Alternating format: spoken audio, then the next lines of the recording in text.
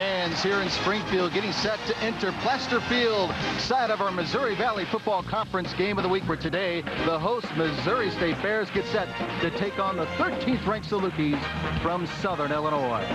Hello everyone, along with Dana Hughes, I'm Scott Warman. Great to have you alongside Dana. We've got two of the hotter teams in the conference right now getting ready to do battle here in Springfield. For Southern Illinois, it's a two-game winning streak. Their defense was tremendous last week in their victory against Youngstown State, a 33-0 shutout victory, and it was led by their linebacker, Brandon Jordan. Well, Brandon Jordan is playing phenomenally right now, and I tell you what, when you talk about that defense, you talk about being fast, probably the fastest defense in the Missouri Valley Football Conference, and it all starts with that linebacking core. Brandon Jordan especially, 11 tackles last week, led them to a big victory against Youngstown State. And Dana, they're going to be active today because Terry Allen's Missouri State Bears, their offense is terrific. Comes back from a 12-point deficit, and they were led by their quarterback, Cody Kirby, in the victory last week. Well, I tell you what, what's very impressive about this kid, Cody Kirby, is his decision-making. He is phenomenal with the ball. He knows exactly when to tuck it and run and when to let it loose in the air. 10 touchdowns through the air, 6 touchdowns with his leg, and only 3 interceptions. That's phenomenal. So the rivalry will continue to sizzle today. Who will remain hot after this afternoon's game? It's the Salukis and the Bears, and our opening kick is next.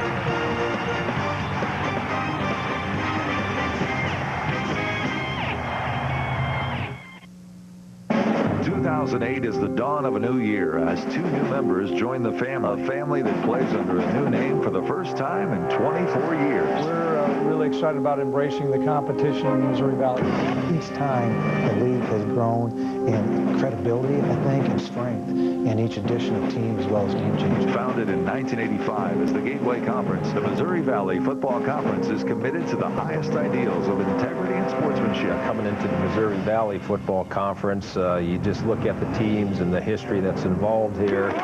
Extremely impressive. The addition of South Dakota State, North Dakota State, those 2 quality football teams, they have juiced up this league. The Missouri Valley Football Conference has produced national champions, national players of the year, national coaches of the year, #1 national rankings, and countless All-Americans. It's going to be a battle every Saturday. There's no question about it.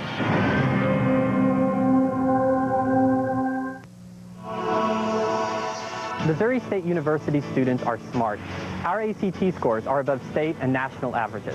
We live the public affairs mission. We've donated hundreds of thousands of hours of service to community organizations. And we're successful. We're leaders. We win regional and national awards and competitions. But most importantly, we go on to become successful citizens. Missouri State University, imagining and making Missouri's future. James Carriotis, General Manager of Pinch Penny Pub. I started going to school as a traditional freshman my first year out of high school. So I went up north to another state school. Was there for a little while and decided, Carbondale's really home. I wanted Southern Illinois University hanging on my wall.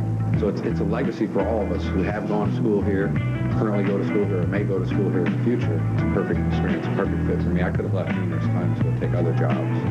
This is just this is home for me.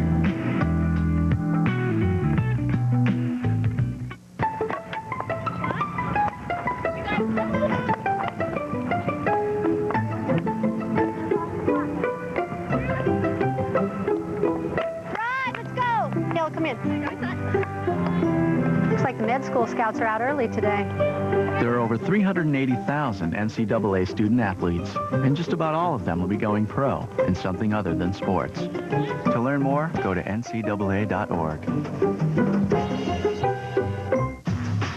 Valley fans, check out the Valley football site at valley-football.org for the latest in Valley merchandise. Get yours today. The greatest show on ice lives on Fox Sports Midwest. Brad Boyes appears to be carrying over his success from last season as he leads the Blues to battle in St. Louis, where they'll face off with the Hurricanes, who are seeking the path back to the Promised Land. Hockey hits the ice on your home for the Blues. Hurricanes, Blues, Thursday night at 7 Central on Fox Sports Midwest. Missouri State making their way onto the field here. Plaster Field, Springfield, Missouri, the home of the Bears, as they get set to take on the 13th ranked Salukis. Along with Dana Hughes, Scott Warman, great to have you alongside. Third member of our crew today is Aaron Bajackson. Hello, Aaron. Hello, guys. This is a great day for college football and a big day for college football here at the Missouri Valley Football Conference. Dale Lennon's Southern Illinois Salukis, one of 3 teams right now that are 3-1 in conference play, along with UNI and Western Illinois. He has led teams to 5 straight postseason appearances before joining the Salukis, as this is his first season with Southern Illinois. As for Terry Allen and Missouri State, Terry Allen not used to winning too many games here with Missouri State and going to the postseason, but his Bears team has won 3 out of the last 4 games, and right now aren't far behind Southern Illinois with 2-1 their record inside conference play. So both of these teams knowing that a lot is on the line, especially when you consider the postseason possibilities. Thank you, Aaron, and you're right on the mark. A lot is riding on the line here in today's game between these 2 teams. We talked about it, Dana, in the outset. 2 of the hotter teams with the 2-game winning streak, as the Missouri State Bears will start out on offense, and that's the strength of their team, and that will conversely go against the strength of the SIU Salukis. Yeah, I tell you what, the matchup is working out perfectly, and to be able to see Reichert and Shinaki and Arkin go against that defensive line, more importantly, what you see at the Saluki defensive linebackers, Jordan, Cloud, and Mixon. I tell you what, there's no better linebacking core than what you see with the Salukis. This week's Missouri Valley Football Series history is brought to you by Lee's Sports of Nashville, Illinois.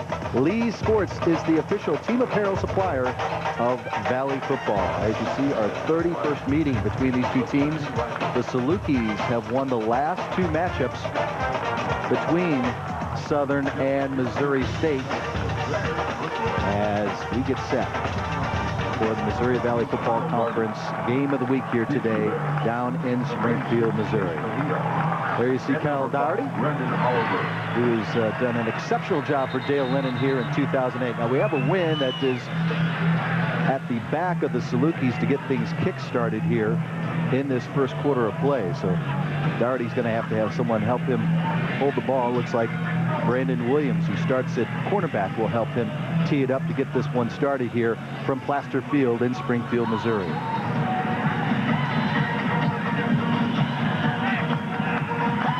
As the Bears get set to return, Brandon Oliver, one of those, along with, there you see, Chase Mejia, number 86. Dangerous return man for Missouri State. And we are underway, the 31st meeting between Missouri State and Southern Illinois. Mejia loses it in the sun, and we'll have a touchback, and we'll see the Bears offense for the first time this afternoon. There you see the quarterback, Cody Kirby. As Dana mentioned, the Missouri Valley Football Conference's Offensive Player of the Week. Just a terrific performance in come-from-behind fashion last week in Bloomington Normal. I'll tell you what, when you talk about Cody Kirby, we spoke about it in the open, Scott, the decision-making of this young guy, and I say young guy because he's only a sophomore, right. And what he's able to do out there with this offense, especially last week, is great. Bears on first down. We'll hand it off to King Jack Washington, the running back, leading rusher for this Bears team, as we take a look at the offensive starters for the Bears. And we'll start with that offensive line. It's a good one. It's led by number 77, David Arkin, the sophomore, over at right guard. Backs and receivers, Clay Harbor, a preseason All-American at tight end. Watch for him. Chris Geist making the move from defensive back to wide receiver this year for Coach Allen's Missouri State Bears. No huddle. They'll do that all day. And Kirby will throw it on second down and in and out of the hands of the intended receiver, Justin Fusilier. Incomplete. Fusilier with the game-winning 77-yard touchdown reception in that come-from-behind victory, Dana. Had a big week last week, Fusilier, and just that last play, just had a problem trying to get upfield too quickly. As we see the starting defensive line for Coach Lennon, there's those linebackers, Mixon, Jordan, Patton, and Cloud, a terrific quartet there, and the defensive backfield. Marty Rogers, last minute with the concussion, he's out. In is Derek Belton. On third down, Kirby, and he'll set up the screen to Washington, and Washington's not going to find much running room as Chauncey Mixon was there on the stop for the Salukis. Great job by Chauncey Mixon, and we talked about this earlier also. The linebackers, how they play sideline to sideline is great for that Saluki team, and if the Bears want to have any chance of putting points on the board and dominating this game. They're going to have to throw the ball downfield, not east-west. There you see Brandon Jordan on a 3-and-out by the Bears offense, and now Jordan Childs in to handle the punting chores for Terry Allen's Missouri State Bears. There you see Larry Warner, probably the most electric player in the Missouri Valley Football Conference. Low kick, and they're going to kick it away from Warner, and it's going to take a Missouri State bounce, but Southern's going to wind up with terrific field position on their first possession of this afternoon's game. Well, they kicked the ball into the wind, and then obviously they're trying to keep the ball away from Warner. So you kind of got two negatives in that point, going against the wind and trying to kick it to the sideline. So, again, like you said, the Salukis are starting in great field position right here. There you see the starting quarterback, Chris Deeker, third in the Missouri Valley Football Conference with 9 touchdown passes, including one to Joe Alaria, the backup quarterback who's getting a lot of time lately at wide receiver. We'll talk about him as we go throughout on this 1st and 10 for Southern from their own 48-yard line. And again, they have the wind behind them here in the first quarter of play. Warner is the deep back, and he'll get the first carry of the afternoon for Southern, and he'll get into Missouri State territory at their 49-yard line. We're going to be talking about this guy all day, I'm sure. Aaron Lockwood right here, lead block. He's able to seal right there, keep his shoulders inside and drive back. Now, the great thing about Warner and what he brings to this offense is you have a lot of big offensive linemen, and he's such a small target, so he can almost kind of hide behind some of those big guys and make some big gains because of that. But Aaron Lockwood is the key, one of the keys for this offensive unit. Only 3 on that first down run for Warner. It's now 2nd and 7. From the 49 of Missouri State. Warner gets the call once again, gets a first down, and gets to the 40-yard line of Missouri State. More of those starters for Southern Illinois here this afternoon in Springfield. A terrific offensive line. As we mentioned, number 61, Aaron Lockwood. Will be locked on him all afternoon at left guard for Dale Lennon's club. There you see the backs and receivers. Warner in the backfield with Good and Damian Sherman, 6'4", senior from Fort Pierce, Florida. One of Deeker's favorite targets for the Salukis. From the shotgun, Deeker on this 1st and 10 from the Bears 40.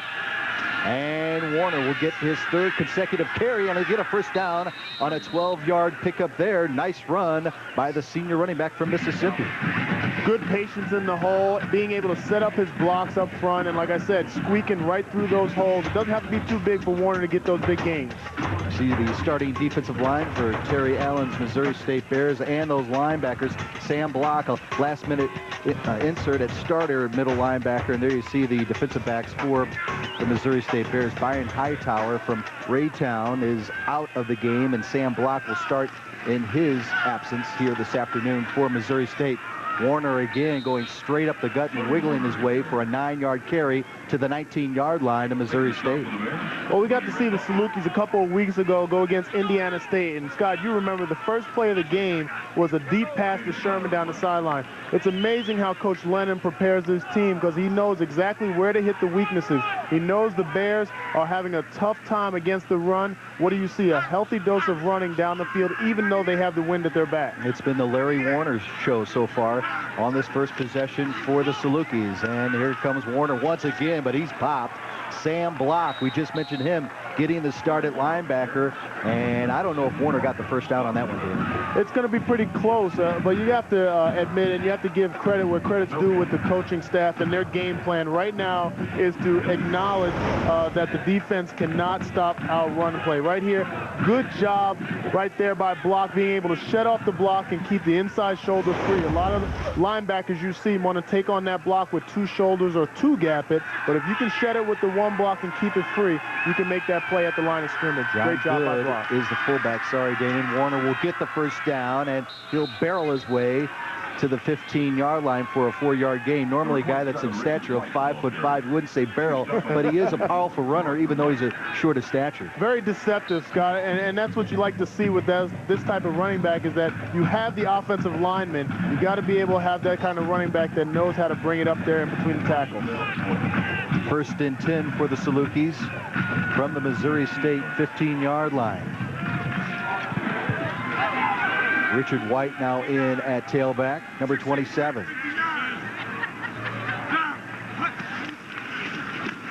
And he'll get the call, and that is sniffed out quickly by the Missouri State defense, as White, I think, might have lost a yard. You know, you were talking about the attacking offense for Southern Illinois. Their last 3 wins, opening kickoff against Northern Iowa, Larry Warner, 97-yard touchdown run. We saw a couple of weeks ago the Sherman touchdown pass of 60 yards. Last week it was 3 plays, and they found the end zone against Youngstown State, and they're doing it again here on this first possession, David. Well, they'd love to put the heat on the defense, and when you see a weakness, whether you're going against Indiana State and you know you can throw it deep, or you go against this team and the Bears and you know they have some problems with stopping the run, you attack. You don't try to set things up, and that's what Coach Lennon's doing. Let's see on the 2nd and 11 attack, and it's Warner getting to the outside. He's got one man to beat. He can't, as he is tripped up by Skylar Smith, but not before a gain of about 11 yards. He's very, very close to another first down for Southern Illinois, Dana. Aaron Lockwood, it seems like we're going to talk about him a lot, and look at him, the same exact play as what we saw before.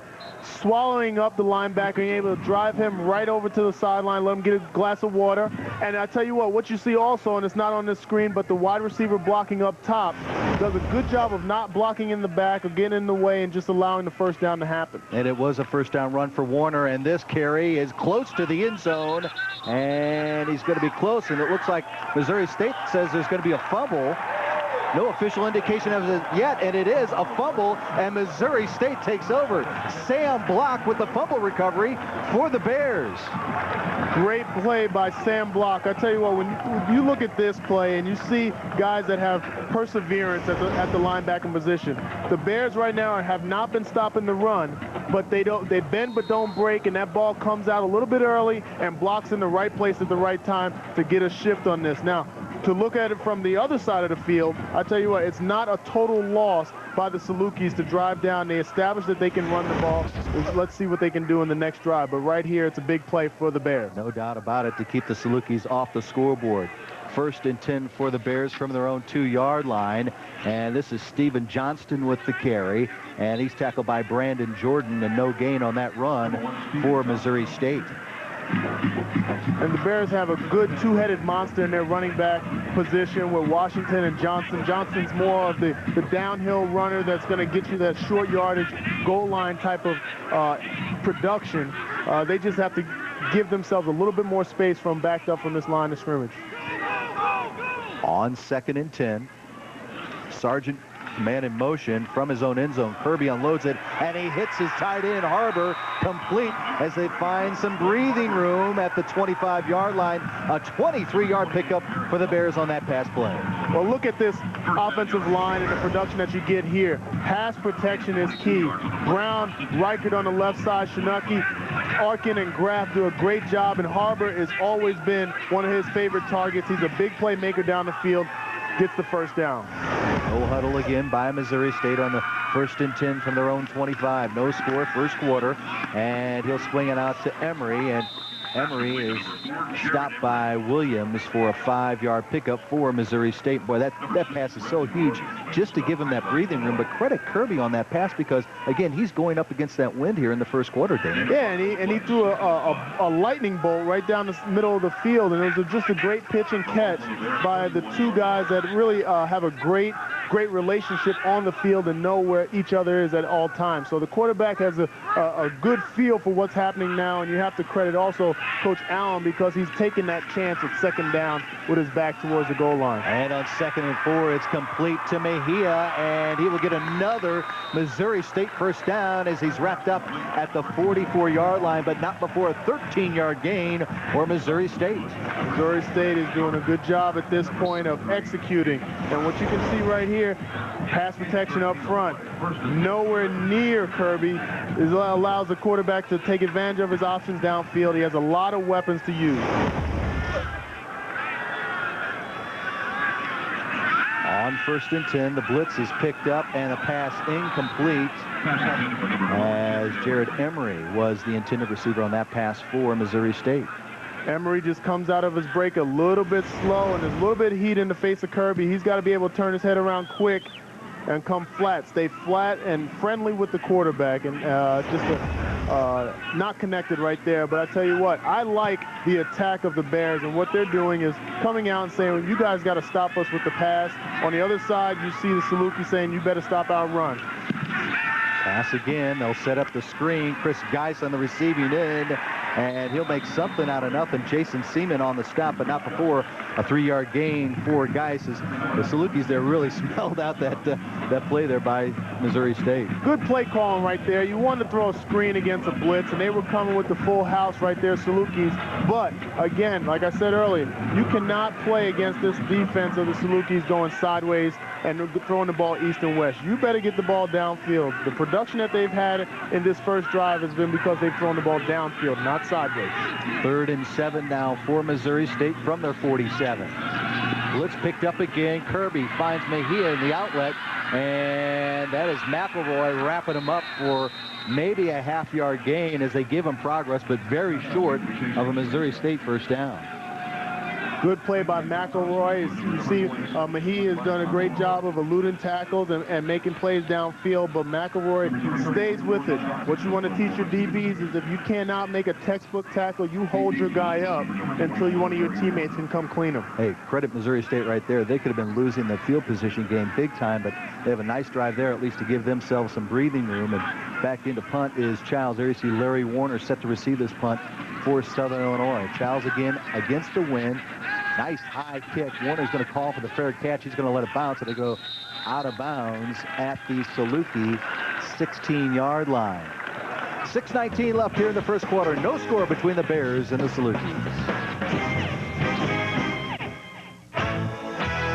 Right now at Casey's General Stores, get a free order of dessert sticks with the purchase of any large pizza and sign up to win a trip to the Super Bowl in Tampa, Florida.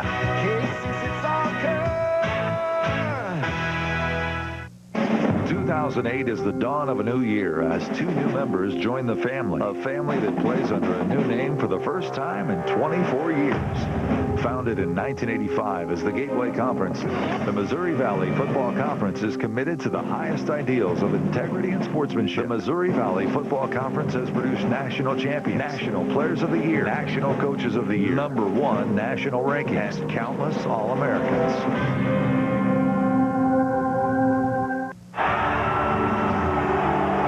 Texas Western takes the first major sports title the school has ever won.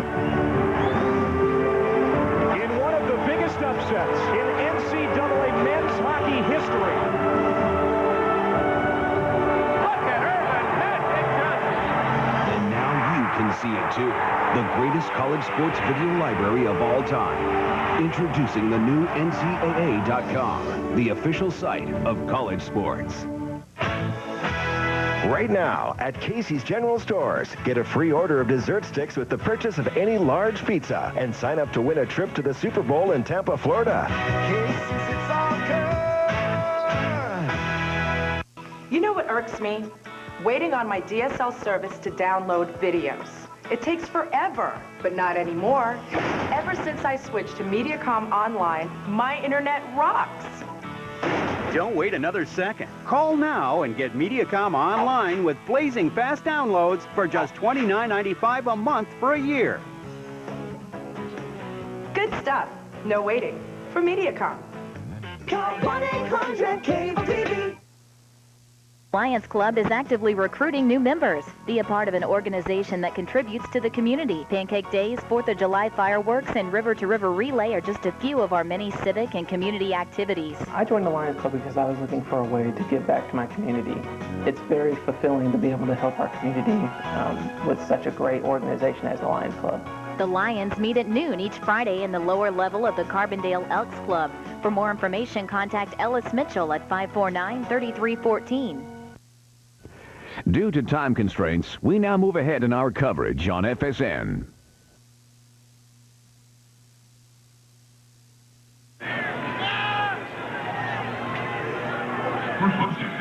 Welcome back to Plaster Field. Defense is dominating our Missouri Valley Football Conference game of the week. Southern Illinois, as you would expect, but Missouri State has forced 2 fumbles, and right now, with under 2 minutes left in this first quarter, no score between the Bears and the Salukis. And Larry Warner will get the first down carry on the third possession of the afternoon for Southern Illinois. And the defense continues to roll for Missouri State on that first down run as Chris Miller was in on the stop for the Bears. Good job, Chris Miller, with the wrapping up of Larry Warner. Tough target to wrap up, but I tell you what, if you get him going east-west and going to the sideline, he's not going to hurt you as much. But good job up front with those linebackers and the defensive line cutting off those gaps up in the middle and making him go sideways. Loss of 1, 2nd and 11 now for Southern Illinois. Richard White now into the backfield with Deeker. Deeker has time and throws incomplete, intercepted by Farrar. Chris Farrar will take it, and he'll be tripped up at the 34-yard line. The third turnover already on the afternoon for Southern Illinois' offense. Wow. How about this Bears defense? They're stepping up to the challenge. They recognize that they're having a hard time with the run. What do? Cause 2 fumbles on run plays. Now they know that the Salukis want to come out and try to throw the ball. They get a good tip right there, and Farrar makes a big play for the interception, and it puts them in a position right now to put some points on the board, and they have to come out of one of these possessions with points on the board, Scott. Very uncharacteristic of Southern Illinois. +8 in the turnover margin, 3rd in the conference, 6th in the nation. They're -3 already today in the first quarter, and the first pass of this possession goes incomplete from Kirby to Fusilier. Fusilier had what we used to call alligator arms right there, Scott. You see about 2 or 3 white shirts in there, and you want to catch that ball as quickly as possible without extending too far, leaving those ribs exposed. Got to make that catch. Hearing those footsteps, right? Yes. 2nd and 10 for Missouri State from the Southern 33-yard line. And this is Johnston getting the call, and just no running room at all, as that hole was filled quickly. James Cloud among the others on the stop for Southern Illinois. And eventually, Missouri State's going to have to take advantage of the great field position that they've had here in the last 2 possessions, Damon. Well, I'm sure that's what Coach Lennon is telling those guys on the sideline. Hey, there's not a problem. We're going to fix this whole turnover thing. Our defense is holding us in the game, and we're still getting victories because of that. So I tell you what the Bears have to do is they have to take a chance down the field into the end zone. He's getting great protection, Kirby, from his offensive line, but they got to take some big play opportunities. Pressure on the 3rd down pass, and James Cloud in for another sack for Southern Illinois, and the Salukis defense strikes again. And now we have a stoppage in play with just 9 seconds left in this first quarter, and the Salukis call their first timeout. Reason being is because of Missouri State going against the wind. They want to try to get as best field position as possible on this punt. Well, and at the same time, you don't want to give them a situation that's probably a little bit too deep for a field goal, but if the clock runs down and they flip the side of the field, it might be an opportunity to try to get a long field goal. But nevertheless, like you said, Scott, that's a great play by Cloud right there, just running and tucking that shoulder, ripping up under the left tackle and getting just a hand on Kirby and knocking him down. So we talk about these linebackers. We'll talk about each one of them multiple times today because they all make big plays at different times. 5.5 sacks so far this season for James Cloud. As we take a look at the Missouri Valley Football Conference standings, and you see the importance of this game. Southern Illinois tied with Muni and Western Illinois, but a half game behind them. As Aaron talked about in the outset, Missouri State at 2-1. South Dakota State also knocking on the door, and there's the big surprise to me, Danon. North Dakota State 1-3 so far in conference play. Yeah, they were picked as the #1 team, and we got to speak with a coach from UNI last week, and he specifically said in their victory against North Dakota State that they had a chip on their shoulder, Scott, because they were picked, even though they went to the national championship last year, they were picked #2 behind North Dakota State. So they put it on them last week, but it is surprising that North Dakota State is down there at 1-3. So off the timeouts, Jordan Childs back in for his 4th punt of the afternoon, and we still have 9 seconds left in this first quarter of play. Mike McElroy, number 26, he's the safety for Southern Illinois. There you see him there. He is set to return this punt instead of Larry Warner on this attempt by Childs. Good snap. And a nice kick, and McElroy's going to let this one bounce, and Missouri State will down it at the 1. Yes, great job by the special teams by Missouri State. As we have played 15 minutes of football here in Springfield. It's the Bears taking advantage of turnovers by Southern Illinois. Scoreless after 1 here in Springfield.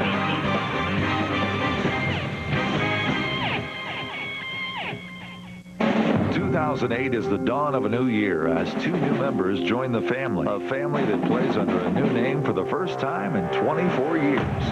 Founded in 1985 as the Gateway Conference, the Missouri Valley Football Conference is committed to the highest ideals of integrity and sportsmanship. The Missouri Valley Football Conference has produced national champions, national players of the year, national coaches of the year, #1 national rankings, and countless All-Americans. Today's Where Are They Now is Joel Sambursky. Joel helped turn around the Saluki program from perennial league cellar dweller to a national contender. SIU went 4-8 in his first year in 2002 and then appeared in the FCS playoffs in each of his last 3 seasons, setting school records for career pass yards, completions, attempts, and TD passes. He is still connected to the Saluki program, serving as sideline reporter for the SIU radio network. For your sports collectible needs, call Heroes and Legends at 636-294-1090 or visit the website www.heroesandlegends1.com. Next week on the Best Damn Sports Show, period. We bring you the funniest, the craziest, most outrageous moments in sports. Best Damn presents Top 50 Sports Bloopers. And on Friday, it's our special Halloween show with costume craziness from Fox NFL Sundays, Michael Strahan, and guest host Eric Burns. Plus, costumes have never looked this good. Next week at 11 Central, midnight Eastern. Scoreless after 1 quarter of play here in Springfield. Let's head down to the field, check in with Aaron Jackson. Aaron?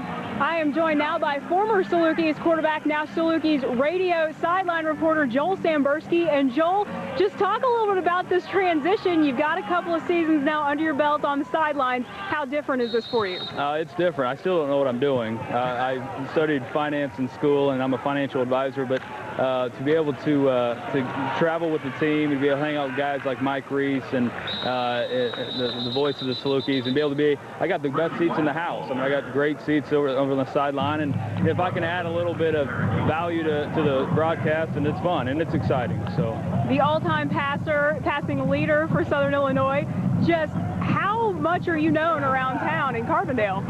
Well, my wife and I, we decided to make Carbondale our home. So we've got a lot of people we've gotten a good chance to know over the years, and you know, I don't know how well, you know, I'm known. I think I've been fortunate enough to make some dear friends in the Southern Illinois area, and I think that we'll be there for a long time, and hopefully I'll be able to watch a lot of Saluki football over the years. Just quickly, 3 turnovers here in the first quarter of play by your former team. Just does that kind of hurt? Does the offensive-minded guy ever go away? Yeah, no, it hurts. I mean, because I don't think Missouri, granted I'm partial, but I don't think Missouri State's beating us right now. I think we're obviously beating ourselves, and Larry Warner will run 200 times and might fumble the ball twice. So I think it's just one of those games where guys are looking around saying, what is going on? And if they can settle down a little bit and just play football, they'll be fine. And I think that they are the better team, but you got to give Missouri State a lot of credit. They want to win, and this is a big game for them. They're coming out playing with a lot of passion. All right, Joel Sambursky, thank you so much for your time.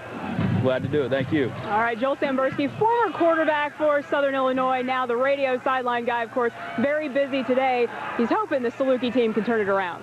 Aaron, Joel, thank you so much. As you see the Salukis get a first down run, 11 yards, and then a face mask call, and they tacked on 15 more, and after the 3-yard run, this is a 2nd and 7, and Alaria climbs up the ladder and makes a terrific catch for the Salukis at the Missouri State 40-yard line. That's the backup quarterback, folks. I'll tell you what, Alaria is a great athlete, and right now what you see is Coach Lennon trying to find a place to put number 14 on the field. Great job right there of shielding off the defense. Not a bad play by Farrar from the defensive back position, playing both the deep corner or deep third of the field and able to come over for that middle route. So he did a great job, but the athletic ability of Alaria takes over and gets a big play. 28 yards on the pickup, 1st and 10 for Southern. Here comes Warner again, putting on the Jets and getting a first down inside the 30 down to the 27-yard line. Roger Wright, the senior from Grandview, Missouri, was in on the stop for Missouri State. Big hit by Roger Wright right there, and we talked about him as far as his run stopping abilities, and when he's able to leg a hit on somebody, he's going to bring the whole force of number 44. So big time hit right there, but after a big game from Warner. First and 10 for the Salukis. Like they have a little bit more of a rhythm to begin things here in the second quarter after struggling, especially with the turnovers, as Aaron talked about in the first quarter. Deacon with time, going deep in the end zone. Sherman up. Oh, incomplete. A terrific play defensively. Derek Miller, number 10, was there on the pass defense for Missouri State. Derek Miller and Chris Good throw right here by Deacon. And I tell you what, this is a catch that the receivers need to make. They need to bail out their quarterback. It floats just a little bit, but you got to go up strong, just like you're going up for a rebound. Big 6'4" Sherman knows how to rebound the basketball. He's got to go up there and get the ball like that football is a basketball and bring it down. But good rebounding play by the safety and Farrar at the cornerback position. Second and 10 now for the Salukis from the Missouri State 27-yard line. And Deacon will set up the screen to White. White getting some blocks, and he's going to be very close to a first down. He might be just short as Waylon Richarday was in on the stop for Missouri State. Good job of execution on the screen play, and they throw the screen away from the blitz. You can see the blitz coming from the right side of your screen right there, but good protection up front. Really not meant to be a situation where you let the defensive backs get into the backfield, but nevertheless, a good job up front, and the offensive linemen that are getting downfield, making blocks and just shielding defenders so that their guys can make big plays. 3rd and 1 now for Southern at the Bear 18-yard line. Another fumble on the snap by Southern Illinois, and Missouri State has it again. Wow. That's the analysis of that play, Scott. Wow. 4 times you've seen this Saluki offense march down the field, and then a big play happen from the Bears. Just Deacon coming out, looking like he wanted to reverse pivot and possibly a pitch play or a boot, and just loses the ball. Actually hits it right on the side of the right guard. It looks like the right guard, Sean Smith, might have got a piece of the ball and knocked it right out of Deacon's hand. Well, another break for the Bears. Offense back out on the field, and they have the wind behind them, and King Jack Washington's going to take this carry to the 24-yard line for a gain of 5. Cody Kirby, 7 of 10 for 54 yards in the first half of the running game. Non-existent in the first quarter for Missouri State, has had 6 carries for only 8 yards. Yeah, they're not, I'll tell you what, there's not too many teams that are going to be able to run the ball against this Saluki defense. The linebacking core and Cloud and Jordan and Mixon, they're just too fast. If they make you, as they did on that last play, King Jack go sideways and go to the sideline, you're not going to have big plays. Kirby connects with Harper, and Harper with the first down catch at the 40-yard line for a gain of 16 yards, and they'll move the sticks for the Bears. And that's what the Bears have to do, is they have to attack downfield. So in order to neutralize the linebackers and neutralize the speed of the linebackers, unless they blitz, obviously, you have to throw the ball downfield. Loosen them up, make them think pass, and then you can start splashing in King Jack Washington. A.C. Kirby shouting out instructions. The fastest quarterback here in Missouri State to reach the 2,500-yard passing plateau. And a quick out is complete to Justin Fusilier at the 45-yard line for a gain of 5. And that's what's needed right here by the Bears. And you can see they've made a conscious effort right now just to kind of nickel and dime down the field, Scott. They're not trying to make the big plays, or they would take the big plays if they come. But what they have to do is, out of these 4 turnovers that have happened in the first half, they have to be able to put together a drive and put some points on the board. Otherwise, it's for nothing. And they're going to run it on 2nd and 5. Washington waiting for some blocks, and it's going to be very close to a first down, which sits right at the 50-yard line. Interesting spot here by the officials, and they are going to give them the first down. Good job up front. You can see there. Look at that. Every red hat is attached to a white hat, and that's what you want to see. You're not going to move these guys, but the speed, normally you see the speed of the defense from the Salukis. They run around blocks a lot, and they make people miss, but when you can see guys attached at the offensive line, that means they're doing a good job. On play action, first down, Kirby going deep downfield, and it is incomplete to Adrian Taylor. A lot of contact downfield, but no penalty flags.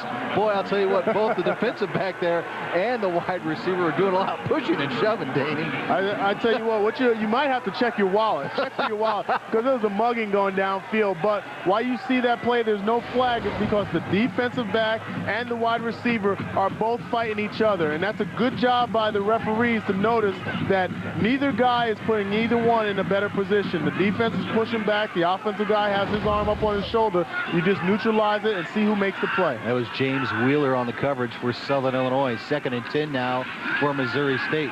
Back out on top for Cody Kirby, and this pass is incomplete to his intended receiver, Chris Geis. Williams in on the coverage for Southern Illinois. We have another penalty flag on this 2nd down play. Offside. Defense. Number 90. 5 yards. Second down. Chris Arthurs is the one flag for the offsides call against Southern Illinois.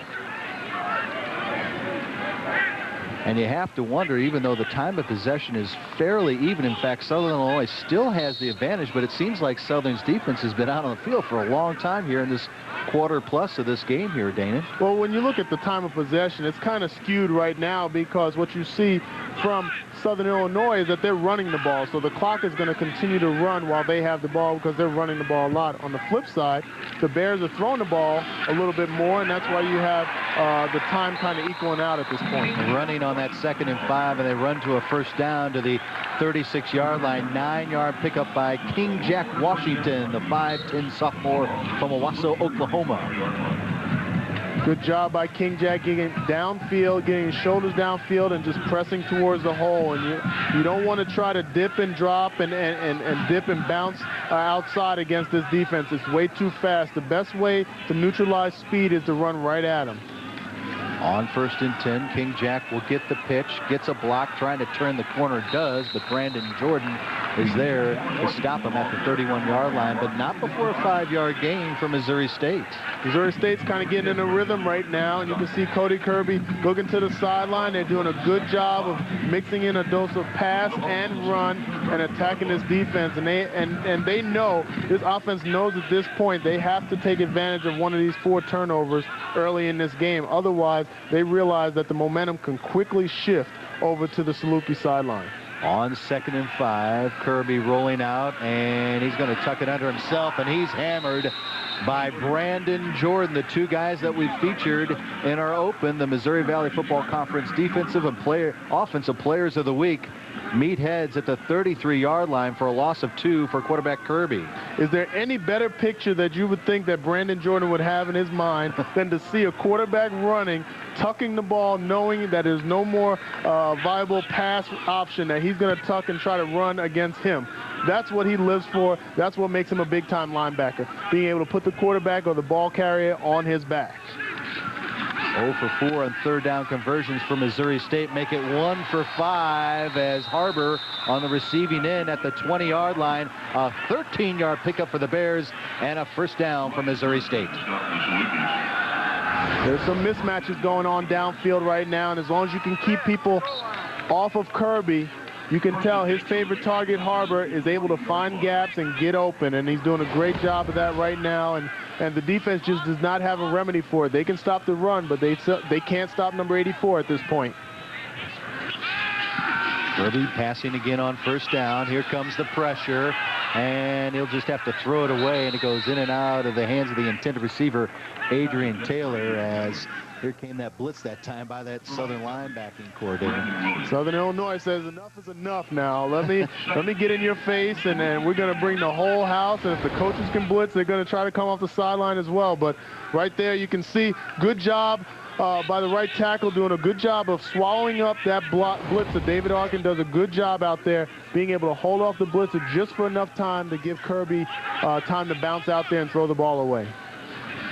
2nd and 10 now for Missouri State from Southern's 20-yard line. Kirby unloads it. Oh, in and out of the hands of Justin Fusilier. You know, Justin wants that one back because that should have been 6 for Missouri State right there. Wow. You cannot have that at the wide receiver position. You got a quarterback back there, Cody Kirby, that's doing a great job of finding the receivers, finding the open players, but at some point the receiver has to step up and make the big play, and right now that's not happening for whatever reason for these wide receivers on the Bears offense. Just a plain drop, wide open, see the ball in your hands. I always tell, God gave you 10 good reasons to catch a football. Those are your fingers. Don't use your body unless you actually have to in traffic. Here comes the blitz on 3rd and 10, and Kirby's going to have to unload it too quickly. Incomplete to Brandon Oliver as they brought the house again for Southern Illinois, forcing a 4th and 10, and we'll have our first field goal attempt of the afternoon. Number 20, Matt Oliver. Holding for Oliver. Number 8, Still mentally a victory for the Salukis right here. They gave up the ball again on another offensive drive, but a little bit of a bend but don't break mentality on the defense in this drive. And you got to give credit to the Bears in pushing the ball downfield, both on the pass and run. Matt Hadelman you see there on a 37-yard field goal attempt with the wind behind him. It is up, and it is no good. So the Salukis catch a break there as Hadelman misses his 3rd field goal of the afternoon, and we remain scoreless here in the 1st. You know what I hate? Waiting until after 7 to call my sister just to save a long distance. Not anymore. With Mediacom phone, I can call anytime with unlimited nationwide calling. Plus, I get tons of features for one low price.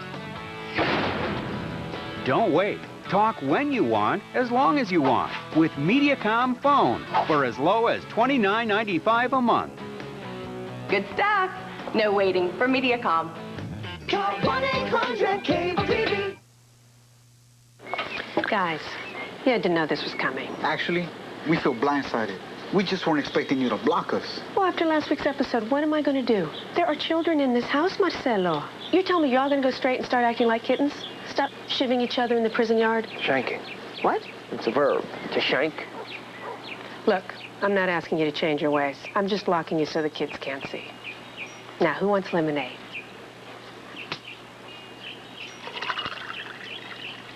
The final score, weeknights.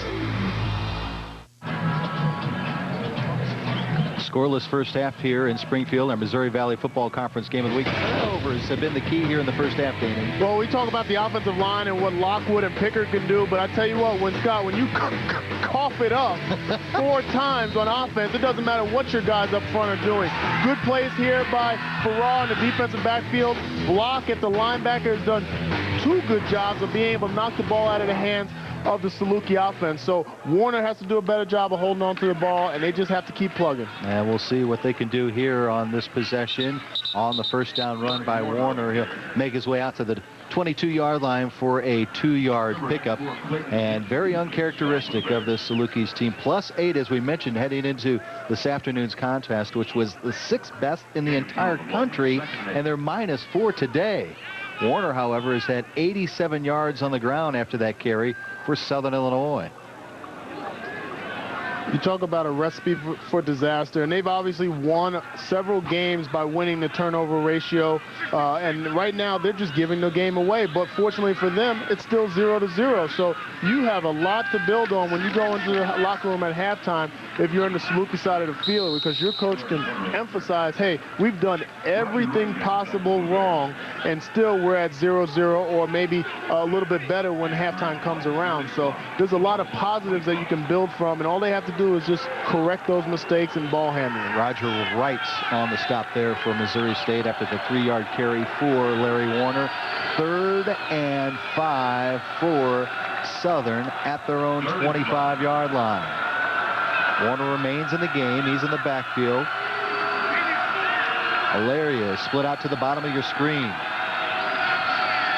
Here comes the blitz. They'll swing it out to Warner, and Warner avoids one tackle. He'll get the first down all the way to the 33-yard line for an 8-yard pickup. Great athletic ability you see right there by Larry Warner. Larry Warner does a great job in the open field, and right here we spoke highly about blocking and how he's filling in and playing well at the middle linebacker position.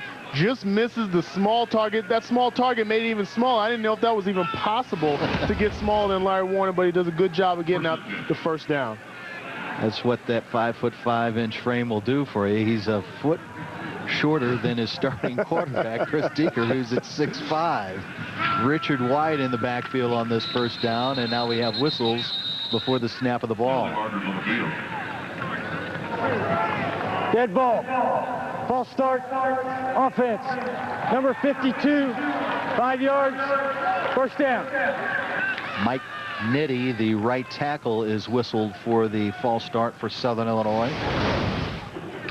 Looks like this offense is in a situation where they take 1 step up and 2 steps back at this point. They have a lot of regrouping to do when they get into halftime and get to that sideline. Mike getting his 3rd consecutive start after the injury at right tackle to John Purdy earlier this year for Southern Illinois. 1st and 15 now for Deeker and company from their own 28-yard line. And Richard White will get the carry, and he'll get about 8 yards to the 35-yard line, make it 7. And a 2nd and long is facing this Southern Illinois offense. Good cutback run by White up here, and good job scraping by Tony Randolph to make the play. But right there, that's a big hole, big crease. And these running backs, both Warner and White, both know how to use the cutback to their advantage and be able to read their offensive linemen. Randolph had 9 tackles last year in the Missouri State loss in Carbondale against Southern Illinois. 2nd and 7. They'll swing it out to Alaria, who's already had 1 reception. That's his 2nd of the afternoon. He'll get his way out to the 40-yard line for a 5-yard gain. So now it's going to be a 3rd and 3 situation for Southern's offense.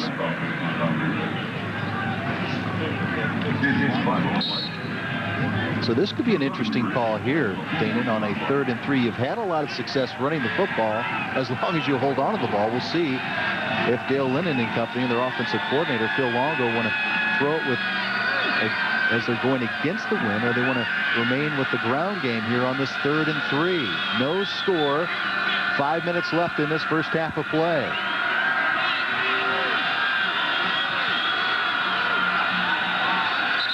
And whistles, and it looks like we might have a delay of game. They took a lot of time there. Dead ball.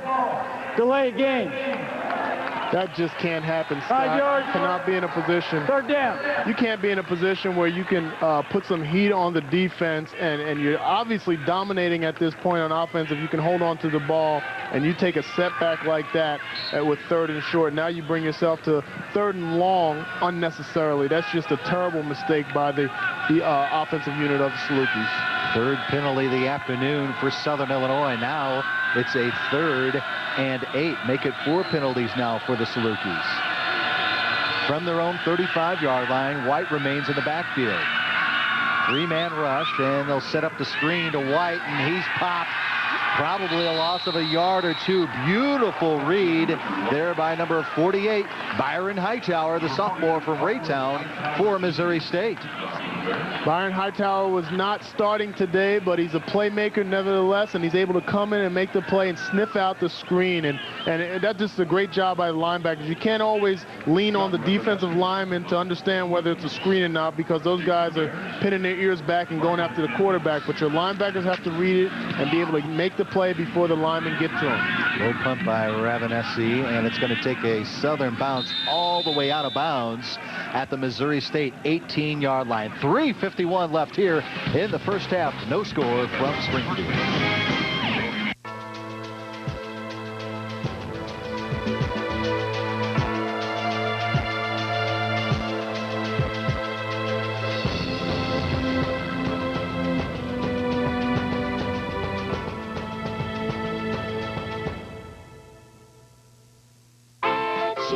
Pick it up and save a lot. Pick it up and save a lot. Save a lot of money with the ad sheet. If you only have family cable, you're only getting part of the picture. Mediacom VIPs get it all, like digital cable with Stars on Demand, VIP online that's up to 6 times faster than DSL, and Mediacom phone with unlimited nationwide calling. Plus, VIPs get our best price, just $29.95 a month each for a year with all 3 services. So if you only have family cable, become a VIP. Get more and pay less from Mediacom. Call 1-800-CABLE-TV. You're watching FFN. Welcome back to our Missouri Valley Football Conference Game of the Week. No score here in the first half. With Dana Hughes, I'm Scott Warman. Great to have you alongside. A defensive struggle, a battle between these two teams here with just under 4 minutes left in the first half of play. First down run by Washington for a 2-yard pickup. And let's check back in as we go down to the sidelines and check in with Aaron Jackson. Hello, Aaron. Hi, guys. You guys have been talking a lot about the Missouri State defense and how well they've been playing today, which is pretty amazing considering their linebacker situation coming into this game. 4 of their 7 linebackers were either late week or game time decisions, and you've noticed play by Byron Hightower, who had an ankle injury against Illinois State. Tony Randolph also suffered a concussion in the Illinois State game. So this has been pretty impressive by the Missouri State defense. Now it's just a matter of their offense being able to take advantage of all of these Southern Illinois turnovers. No question about that, Aaron. And on the second down pass play, only a pickup of about 3 yards as they're going with the short passing game right now, as Chase Mejia was in on the receiving end for Missouri State. Dan. I'll tell you what, Scott, and I think about it, you see Hightower right there, and he had the ankle injury last week, but he's able to make the plays on the field right now, kind of shaking that off. But coming from an offensive perspective, Scott, you know, I always used to be on the sideline. I go to the linebackers, and I go to the defense and say, hey, get us the ball back, get us the ball back. We're going to make a play. At some point in this game, those defenders are going to say, you know what, we're tired of giving you the ball back. Do something with it. And the offense for the Bears have to be able to put some points on the board and make some plays in order to get this defense a little bit more confidence in them and be able to take over this game. Kirby hits a strike to Mejia for a first down at the 34, an 11-yard pickup. As we see, look at him thread the needle on that pass right there, Danny. Great pass by Kirby. Good job by Kirby right here. The protection up front allows him to look to the left and then come back to the right and throw that ball. Good throw and catch by Mejia also. On 1st and 10, Kirby's going to throw it on the roll, and it's picked off by McElroy. McElroy with his 3rd pick of the season, the first turnover of the afternoon for Missouri State as they catch their first break inside the 30-yard line of Missouri State. Ill-advised throw, great play by McElroy. He was able to sniff out the deep out, but Kirby has to be able to see that safety come up under that route. When you're going against a cover 3, you know that there's a safety that's playing underneath, and he has to do a better job of seeing that safety. You can see it right here, just an out route. Safety comes from inside. You should be able to see that the whole time and know that that ball needs to go to your inside receiver and not try to throw it to the sideline. Just a bad throw, ill-advised decision. There's no doubt that McElroy saw that one coming from a mile away. He gets the pick and the turnover, and on first down, Warner will get the carry as he gets near 100 yards rushing already the afternoon. A pickup of 8 yards to the 20-yard line of Missouri State. Now you have a situation where you had the Bears had 4 turnovers that they tried to capitalize on offense, Scott. Now the Salukis are in a situation where they just got 1 turnover at this point in their favor, and they're putting themselves in a position to put 6 points on the board. 2nd and 2. Deeker has time, and he throws, and it is complete to Alaria inside the 10, down to the 6-yard line on the 14-yard pass play by Chris Deeker. Good job here by Deeker, and you can tell he knows he's going to take a hit. Right now the protection breaks down. Good burst up through the middle by number 51, Terrian Washington, but Deeker does a good job of buying as much time as possible and putting it in a position where Alaria can make the play. 1st and goal for the Salukis at the Bears' 6-yard line. Second time Southern's been in the red zone today. Warner stacked up right at the line of scrimmage. No gain. Hightower was in on the scout for Missouri State. No effects of that ankle injury by Hightower. He's all over the field at this point making plays, and this is a critical situation because you go in the locker room as the Bears with the 4 turnovers, being able to force 4 turnovers on defense and no points on the board and down possibly 7-0, your bubble is deflated tremendously. Under a minute left in this first half. Deeker with time, end zone, incomplete as he overthrows his intended receiver, Mark Cheatham. And that'll force a 3rd and goal from the 6 with 54 seconds left in this first half of play.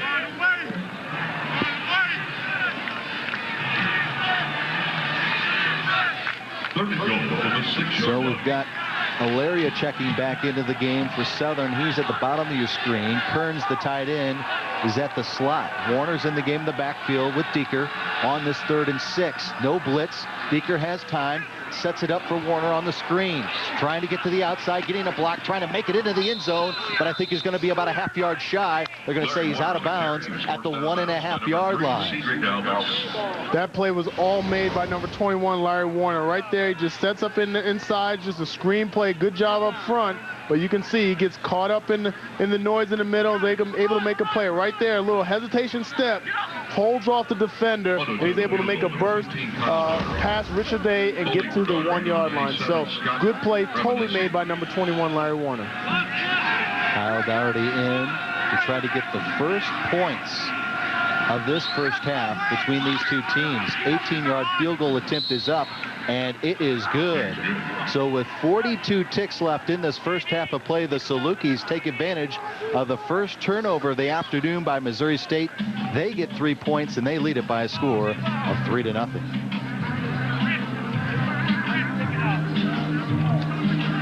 I'll tell you what, Scott, if you would have told me early in this game that there's going to be 5 turnovers in the first half, and yet with 50 seconds left or 42 seconds left, the score is only going to be 3-0, I would have never believed it. This is a great defensive played game, and it's unfortunate that neither team, or at least the Bears, have not capitalized as many times as they should have with those 4 turnovers that they forced. And remember, they have the missed field goal, or we'd be tied at 3 right now, but Kyle Dougherty with the only 3 points on the afternoon with 42 seconds left in this first half. And oddly enough, for Dale Lynn and Salukis, they've outscored their opponents in the first half 145-40. It's been the second half, and especially the third quarter, that's been their big bugaboo.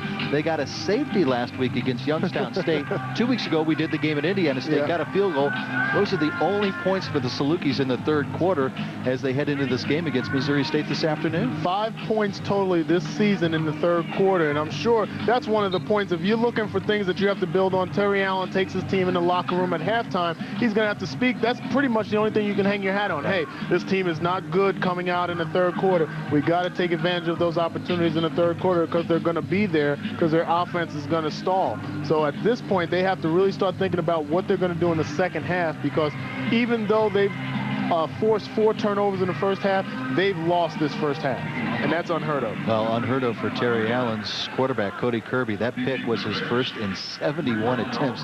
That tells you how well the young sophomore is playing for Coach Allen's team. There you see Chase Mejia along with Oliver back to receive this kickoff by Dougherty, who is going against the wind. This could be interesting.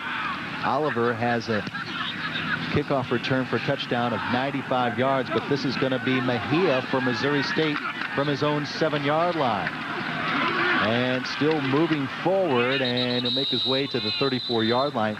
34 seconds left. We know Kirby has a great arm, and the passing game has been the bonus that the Missouri State has had on offense, and they still have 2 timeouts remaining, Dan. Yeah, they do. And what you saw in that last series, and obviously it's not what you normally see from Cody Kirby, but just a quarterback trying to press. He's trying to do a little bit too much, trying to make the too many big plays, because you get a little frustrated at that position when you know that your team has not capitalized on 4 turnovers. So he's going to have to reel it back a little bit, trust those guys up front, and his receivers are going to have to start making some plays for him. From the Missouri State 29-yard line, Kirby trying to go up top. Great coverage downfield, and he will miss his intended target. That's tight end Clay Harbor. And we have penalty flags right near the line of scrimmage as the clock stops with 27 seconds left here in the first half. And there you get the preliminary call. It's a illegal man downfield call against Missouri State.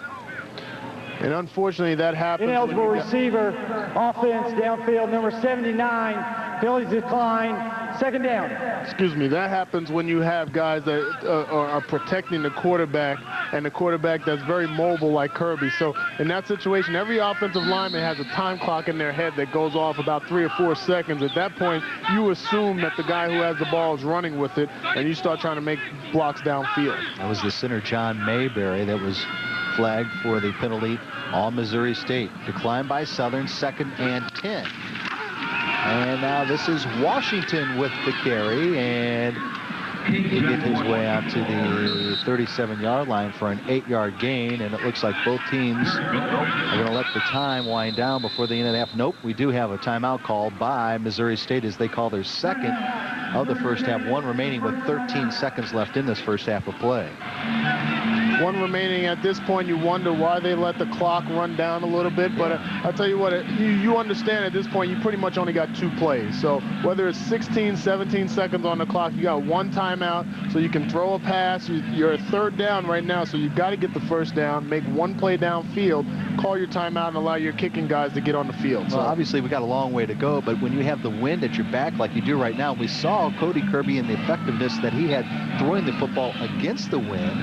I would think that maybe you want to take a shot or two, but maybe you're worried about the turnovers since you've seen so many in the first half. I think that's it. And I think it's all about the psyche of your offense right now. They're a little bit down, not knowing, how they're going to come out. They haven't capitalized on any of the turnovers yet. So you don't want to add anything to that, anything to their mental mind state at this point. Just let them try to do something to get in the field goal range, or maybe establish a draw right here or a screen play just to try to get a bulk of yardage, call timeout, and see what your kicker can do.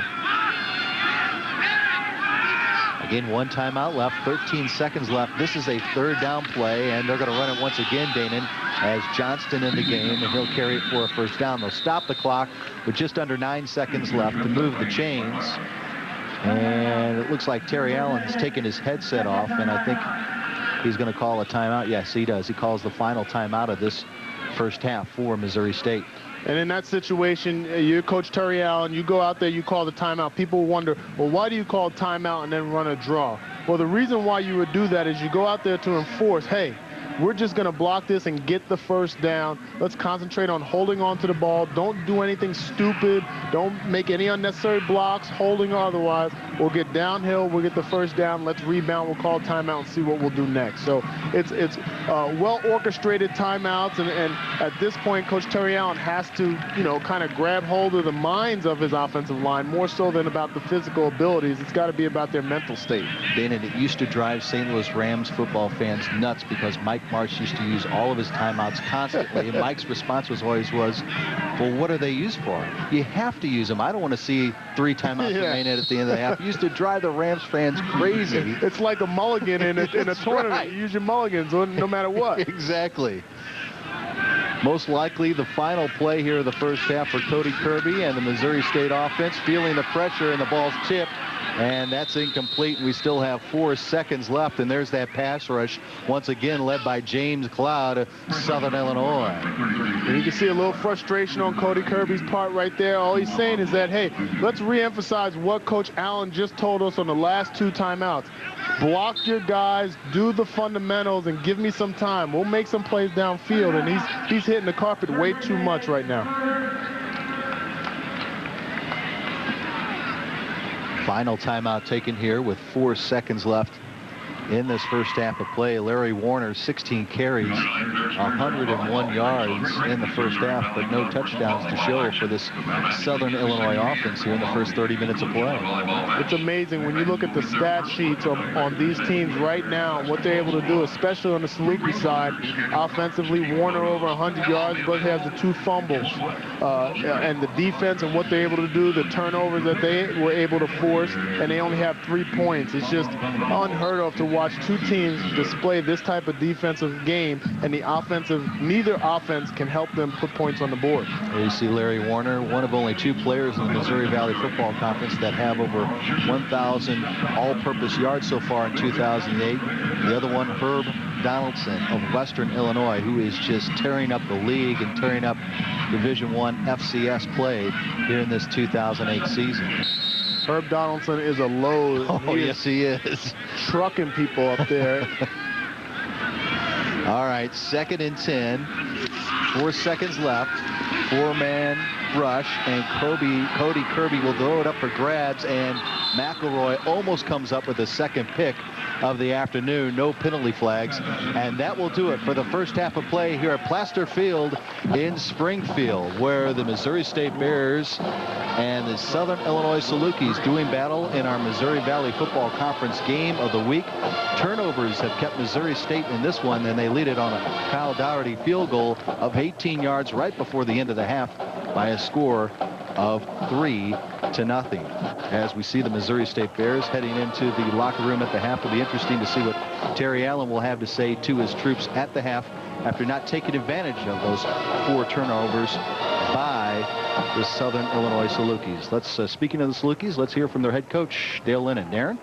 Thank you so much. Coach Lennon, you're going into the locker room with the lead at halftime. Still, you have to be concerned about those 4 turnovers in the first half. Well, very concerned. Right now, we shouldn't be in the lead. The way offensively that we played, our defense is playing very well. We put them in some terrible situations. They've come through. So, we're very fortunate to be up 3-zip. Offensively, this is a very different feel for you. I'm sure your team's outscored their opponents 93-7 the last 2 weeks. How does that change your approach in the second half? Well, right now, it's just controlling what we can control. It's just miscues on our parts, not catching the ball, not hanging on to the football, and, that shouldn't be happening this time of year. Coach Lennon, we appreciate the time. Good luck in the second half. Thank you. All right, Aaron, thank you very much. Coach Lennon, thank you very much as well. Turnovers, the name of the game in the first half.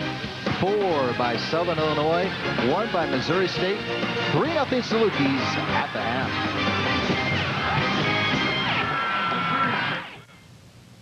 James Carriotis, General Manager of Pinch Penny Pub. I started going to school as a traditional freshman my first year out of high school. So I went up north to another state school. Was there for a little while and decided, Carbondale's really home. I wanted Southern Illinois University hanging on my wall. So it's a legacy for all of us who have gone to school here, currently go to school here, or may go to school here in the future. It's a perfect experience, a perfect fit for me. I could have left numerous times to take other jobs.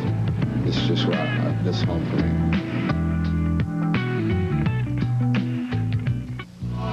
The Roy Blunt Jordan Valley Innovation Center, Missouri State University researchers and students are working alongside corporate sponsors to complete more than 20 cutting-edge initiatives. Included in this effort is research being done with St. John's to develop artificial corneas that will aid members of the military whose eyes have been injured. Inspiration, innovation, education. That's what's going on at the Jordan Valley Innovation Center. Missouri State University, imagining and making Missouri's future. This week's Player of the Week, Cody Kirby. Last Saturday, the Missouri State sophomore quarterback brought the Bears back from a 26-14 fourth quarter deficit to defeat Illinois State 34-28 on the road. Kirby ran for 3 touchdowns and passed for another. His 3 rushing touchdowns matched a career high and a career high 59 yards rushing. The win over Illinois State gave Missouri State back-to-back league victories for the first time since 2001.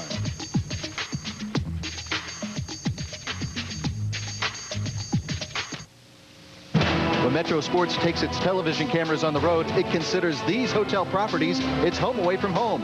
Please call these hotels or visit websites of these properties when following your favorite team away from home.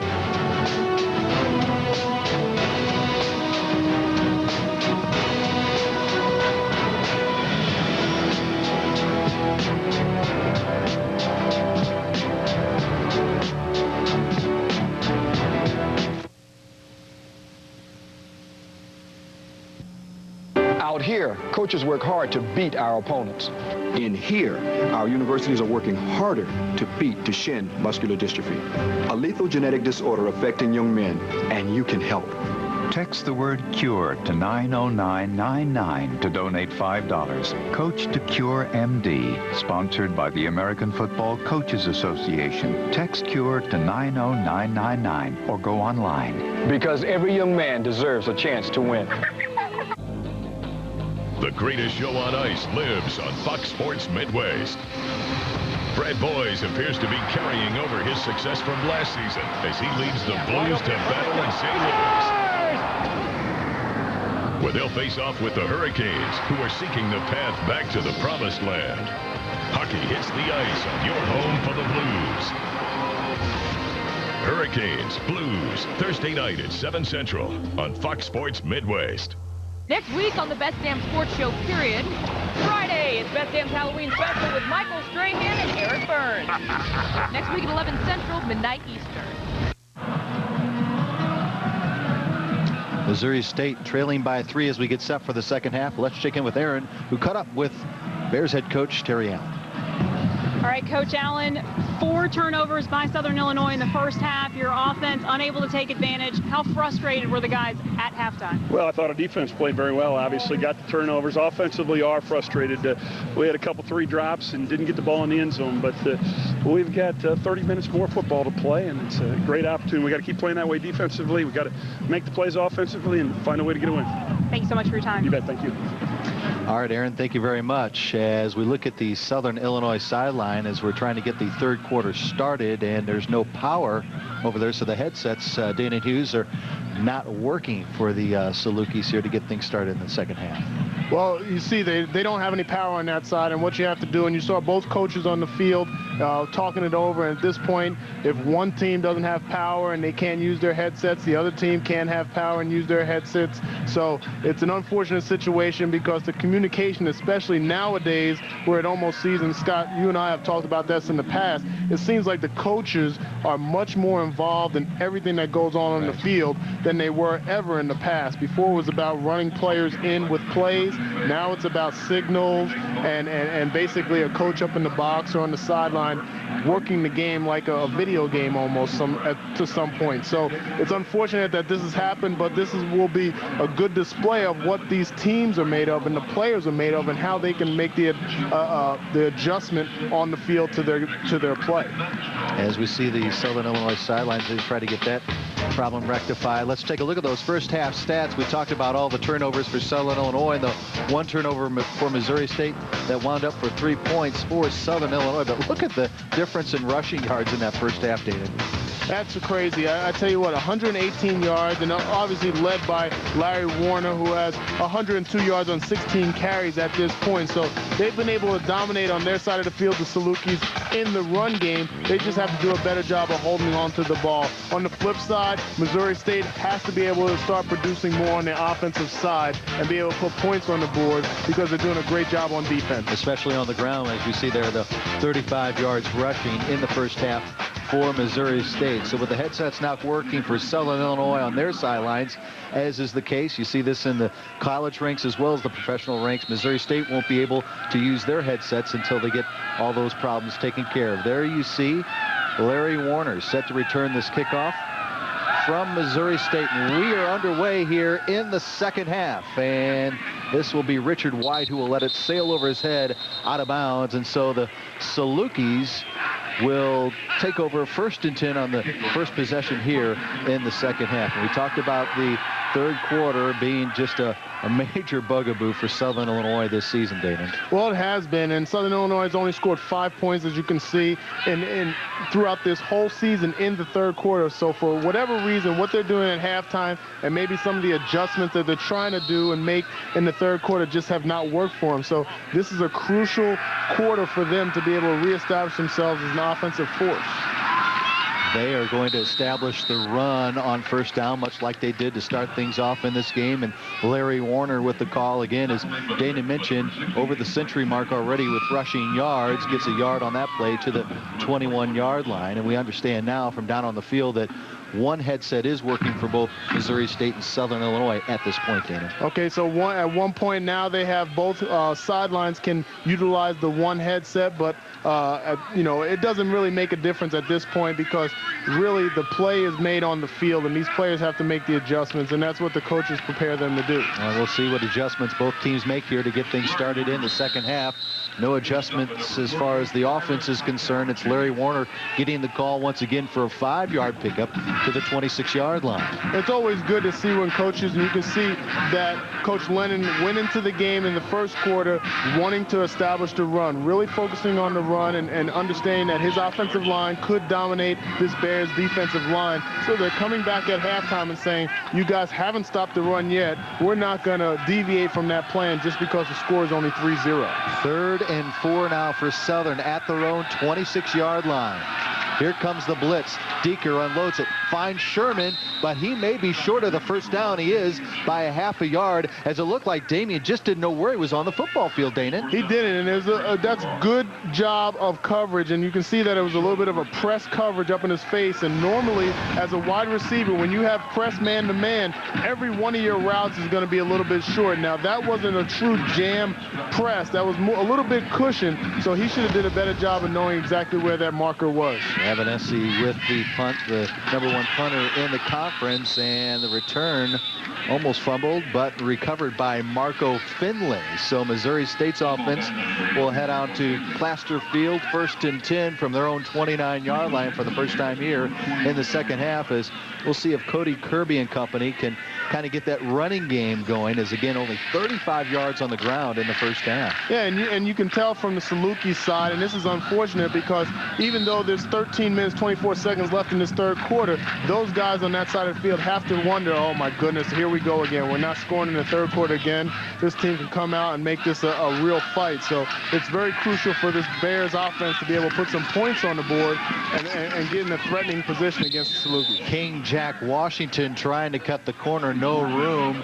Great play by the Saluki defense, led by Mike McElroy, who already has an interception in this game for Southern Illinois, and I believe that's going to be maybe a loss of a half a yard to a yard on that carry for Washington. 2nd and 11 now for Missouri State.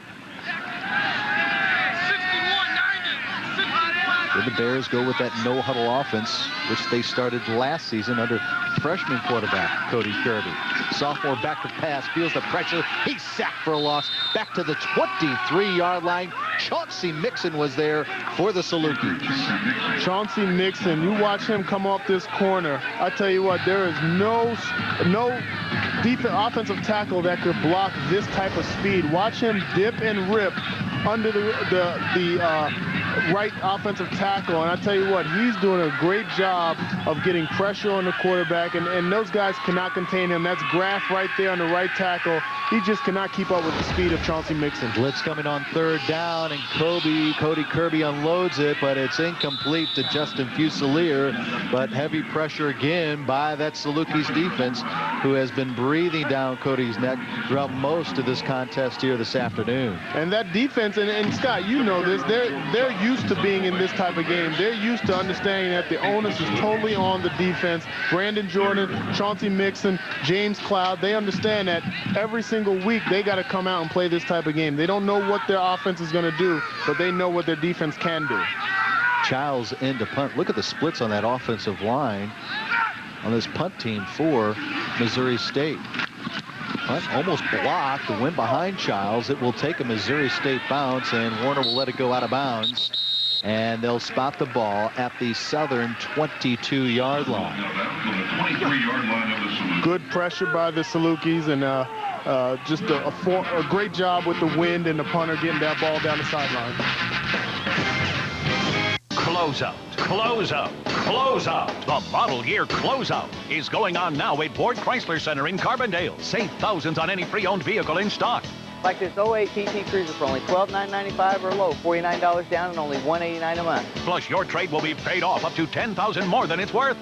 Like this 04 Chevy Suburban for only $99.95 or low, $49 down and only $179 a month. Call 1-888-BUY-WARD now. Don't miss your chance to save thousands during our model year closeout.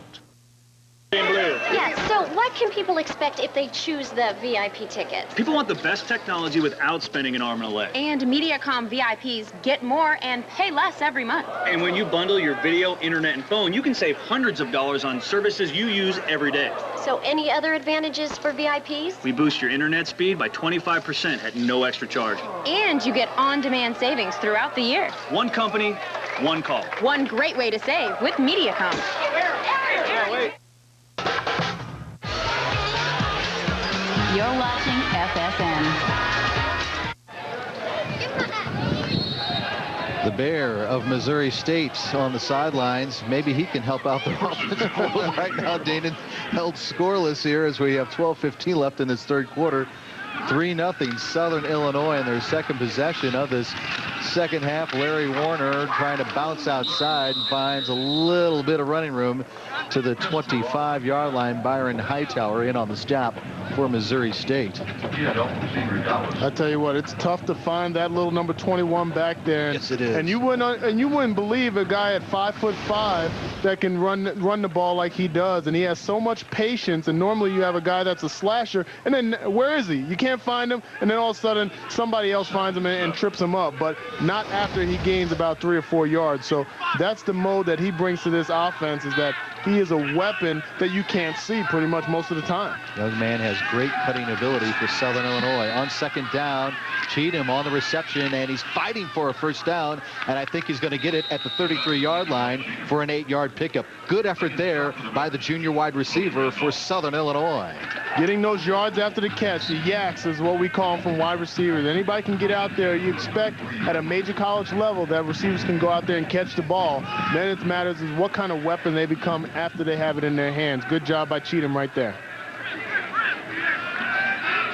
Deeker, the redshirt sophomore from Topeka, Kansas, barking out instructions on this 1st and 10. Richard White will get the carry this time, and he will barrel his way forward. He's not going to stop. Good effort there by the sophomore running back for a 4-yard pickup to the Southern 37-yard line. That's what they teach you way back in junior football. Keep those legs going, and Richard White did that there. Dan. Keep your legs moving, and when you see a quality running back, you know what? The way I can tell a quality running back is when they do get tackled, Scott, is are they falling forward or are they falling backwards, and how many people does it take for them to get tackled? And right there you saw Richard White do a good job of keeping his legs moving and moving the ball downfield and falling forward. 2nd and 6 now for the Salukis from their own 37, up by 3. And White again powering his way near the 40-yard line for a 3-yard pickup. And so now Phil Longo, the offensive coordinator for Southern Illinois, will be facing a 3rd and 3 situation from the Saluki 40-yard line against the wind. Again, they're against the wind here in the 3rd quarter, Dana. Yeah, they're against the wind, but they're still able to establish the run game. And at this point, what you can see from the Bears defense, and you can see it right from this clip, is that those safeties are starting to move a little bit closer to the line of scrimmage because they're being a little bit more conscious of the run. So instead of being back deep like they should, you're still seeing them about 8 yards deep from the backfield, and that leaves them susceptible to a big play downfield. Cheatham gets another first down on the reception and gets into Missouri State territory before he's wrapped up by Skylar Smith at the 44-yard line of Missouri State. Good job there by Cheatham. He's able to understand that it's one-on-one outside. Deacon recognizes it, and you just put it in your playmaker's hands. Good job dropping his shoulder and breaking free of the first tackle. And that's what those receivers need to do, is recognize, and that's the quarterback's option as well. Recognize that there's single coverage out there and take advantage of it. 2nd reception of the afternoon for Cheatham. 1st and 10 for Southern at Missouri State's 45. They're going to swing it to Alaria. Gets a good block from Sherman, and Alaria is going to be very close to a first down. Yes, he's going to get it on an 11-yard reception to the Missouri State 39-yard line. Good job by Alaria here, and all this is a bubble screen, and basically the receiver takes a jab step inside and just runs a bubble outside. Understand he has a lead blocker. Now what most teams consider this is just an extended run play, Scott, a way to get on the edge quicker so your running back or your receivers can get downfield. That should not happen that big of a gain against a defense that was prepared for it. Warner trying to get to the outside, trying to get a block, and he'll get a big pickup all the way down to near the 20-yard line. 19-yard run there for Larry Warner, and you can see the Salukis really starting to get a rhythm here offensively on their 2nd possession of this 2nd half. And you knew it was only a matter of time. This team has a strong offensive unit, and they just had some mishaps in the first half, but they've been able to kind of gather it together and put themselves an opportunity to score. Look at Aaron Lockwood right here. You always see this guy with the proper angles, always having a body on a body, 6'2", 303 pounds, and very mobile.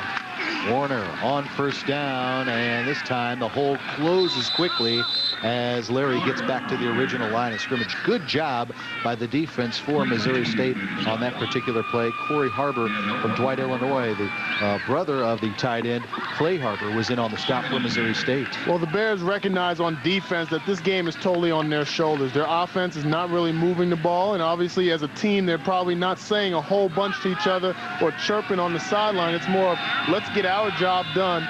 The mode is, let's get our job done on the field and see what our offense can do. If we can make some plays and get the ball turned over again, maybe things can shift and our offense can get some points. Southern looking to add to their 3-point lead. Deeker going up top, and he can't connect with his intended receiver, Mark Cheatham, on that out pattern by Marks. It'll be a 3rd and 10 now for Southern Illinois, up 3-0 with 7:45 left in this third quarter of play.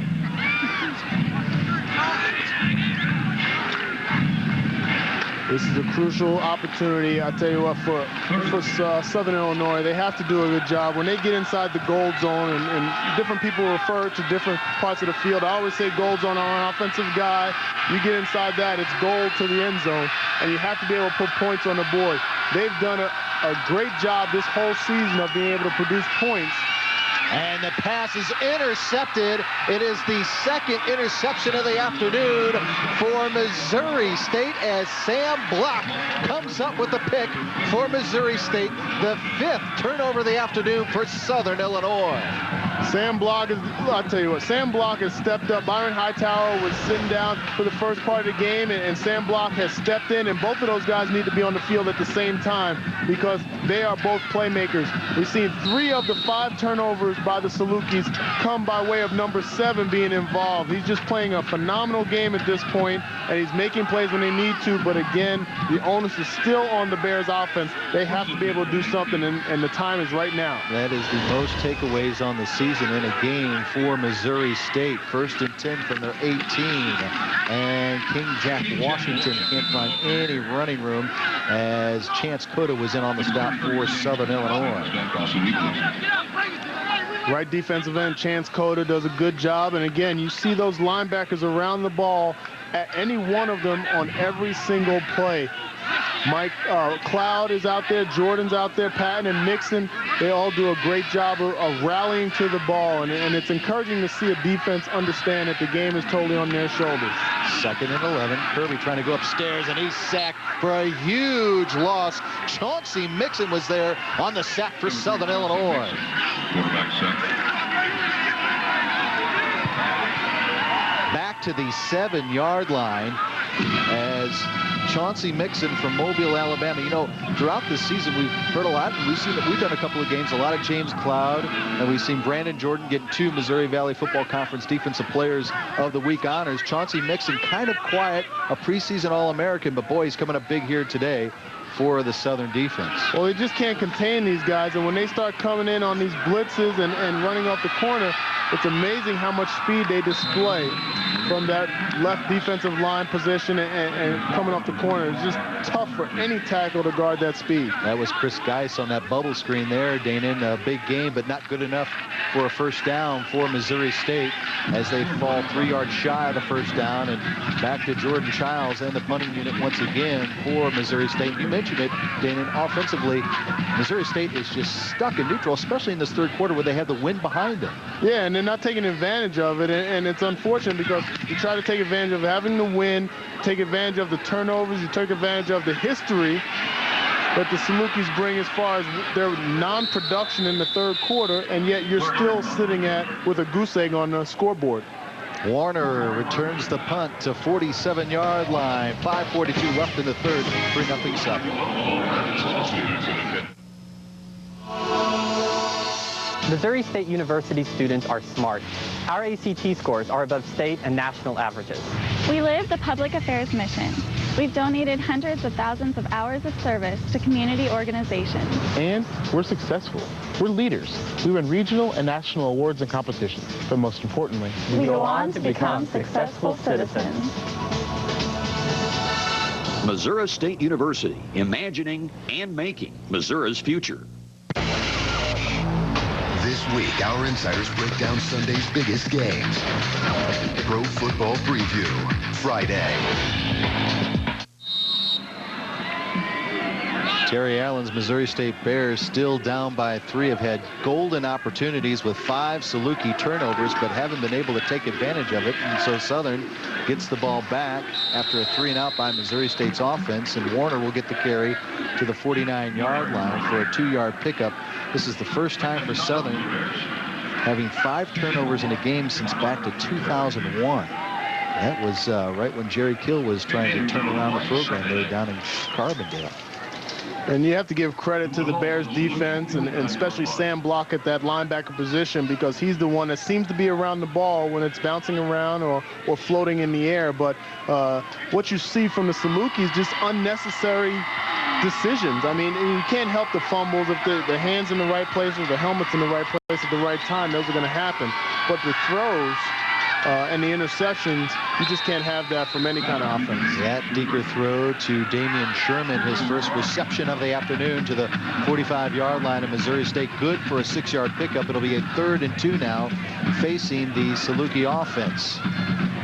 Just over 4.5 left in this third quarter. A Kyle Dougherty 18-yard field goal right before the end of the first half. That is our lone score of the game here this afternoon, as the defenses on both squads have taken control of this game from the outset.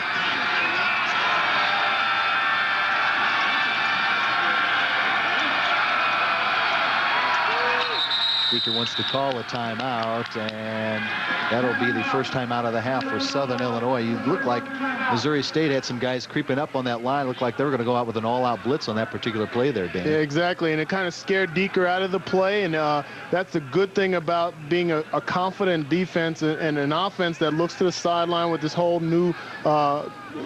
newfound offensive game plan where you look to the sideline and you get those type of plays. Now your defense can make that last shift right before you snap the ball, and you're not used to making audibles or having to change the play at that late stage. So that's a great job of timing on the Bears defense and forcing the timeout. Dale Lennon told our own Aaron Jackson, as Aaron had a chance to catch up with the Saluki head coach right before the halftime started, that he was a little frustrated, obviously, with the turnovers and the penalties that the Salukis had in that first half of play. Speaking of Aaron, let's check back in with her right now. Hey, Aaron.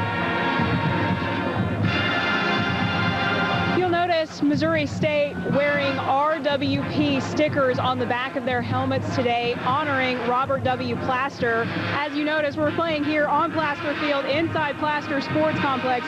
Robert W. Plaster, a huge contributor to the university and to the athletic program. He actually passed away 2 weeks ago, right before the Youngstown State game on October 11th. The Bears wearing those stickers today to honor him, but he wasn't just big to the athletic program. His name also hangs outside the Missouri State Student Union building instead. Aaron, thank you so much. And Robert Plaster, a big part of the success here at Missouri State University, along with Mr. John Q. Hammonds, who has been both of those gentlemen great supporters over the years of the Missouri State University athletics program. All right, 3rd and 2 for Southern from the Missouri State 45-yard line. Richard White in the backfield with Deeker. No blitz this time, 3-man rush. Deeker with time, throws in and out of the hands of Mark Cheatham. Incomplete, forces a 4th down situation for the Salukis. Good job by the Bears defense, and you saw right before the timeout they came with the blitz look and were having man-to-man on the outside, and now they change it around. The Salukis come out after the timeout prepared for a man-to-man with some blitz, and they back out of the blitz and play zone behind it. A good job of defending the ball in front of them. Ravenesi has the punt blocked, and it is picked up by Derek Miller, and he's going to go the distance, and the Bears have the lead. The momentum shift, great job up front by the Bears punt block unit. They did a great job of getting up front and getting in the punter's face and blocking the ball, scooping the ball for the big touchdown play. Also, Derek Miller, I tell you what, the game is about momentum, Scott, and right now it seems like the Bears are getting in. You wouldn't think, based on what has happened with the run game on the Saluki sideline, but the Bears have pretty much taken it upon themselves that, hey, we're not going to lean on our offense anymore. We'll just get it done on defense and special teams. Huge break for Missouri State. They finally break the ice. Solomon with the extra point. And with 3:59 left in this third quarter of play, the Bears take the lead on this punt block. Good pressure right up front. And a perfect job of the block unit. Number 42, Corey Harbor, does a great job of getting in the front of the punter and blocking the ball. Now, what you see is that he did not leave his feet. He did not have his hands above his head, but he went right for the ball, right where the punter's foot and step would be, not necessarily where he is. And you see a big problem with guys that go after punts where they go to where the punter was or where he received the ball. But you go about 1 or 2 yards in front of him, and you get a clean run at it.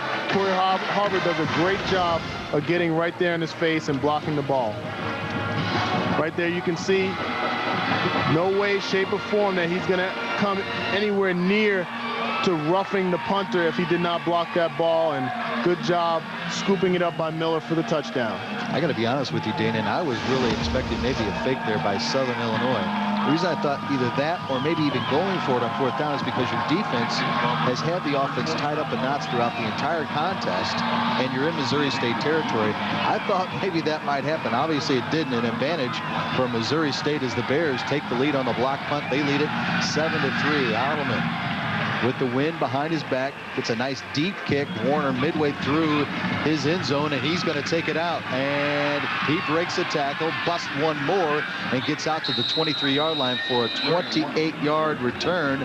Some may say you want to put your knee down on that one, but not with the electricity that Warner has returning kicks for Southern Illinois. Hey, I tell you what, Warner knows that he's a threat with that ball, and if that ball goes 8 yards deep and it doesn't have a good hang time, he recognizes that he can get the ball at least past the 20, and that's exactly what he did. Well, again, we talked about Southern Illinois and their offensive woes in the third quarter, being outscored now 62-5. They have yet to score a touchdown. A field goal 2 weeks ago against Indiana State at home, and last week a safety gave them the other 2 points in the third quarter. They've got 3:52 left in this third quarter, and for the first time this afternoon, they trail it by 4.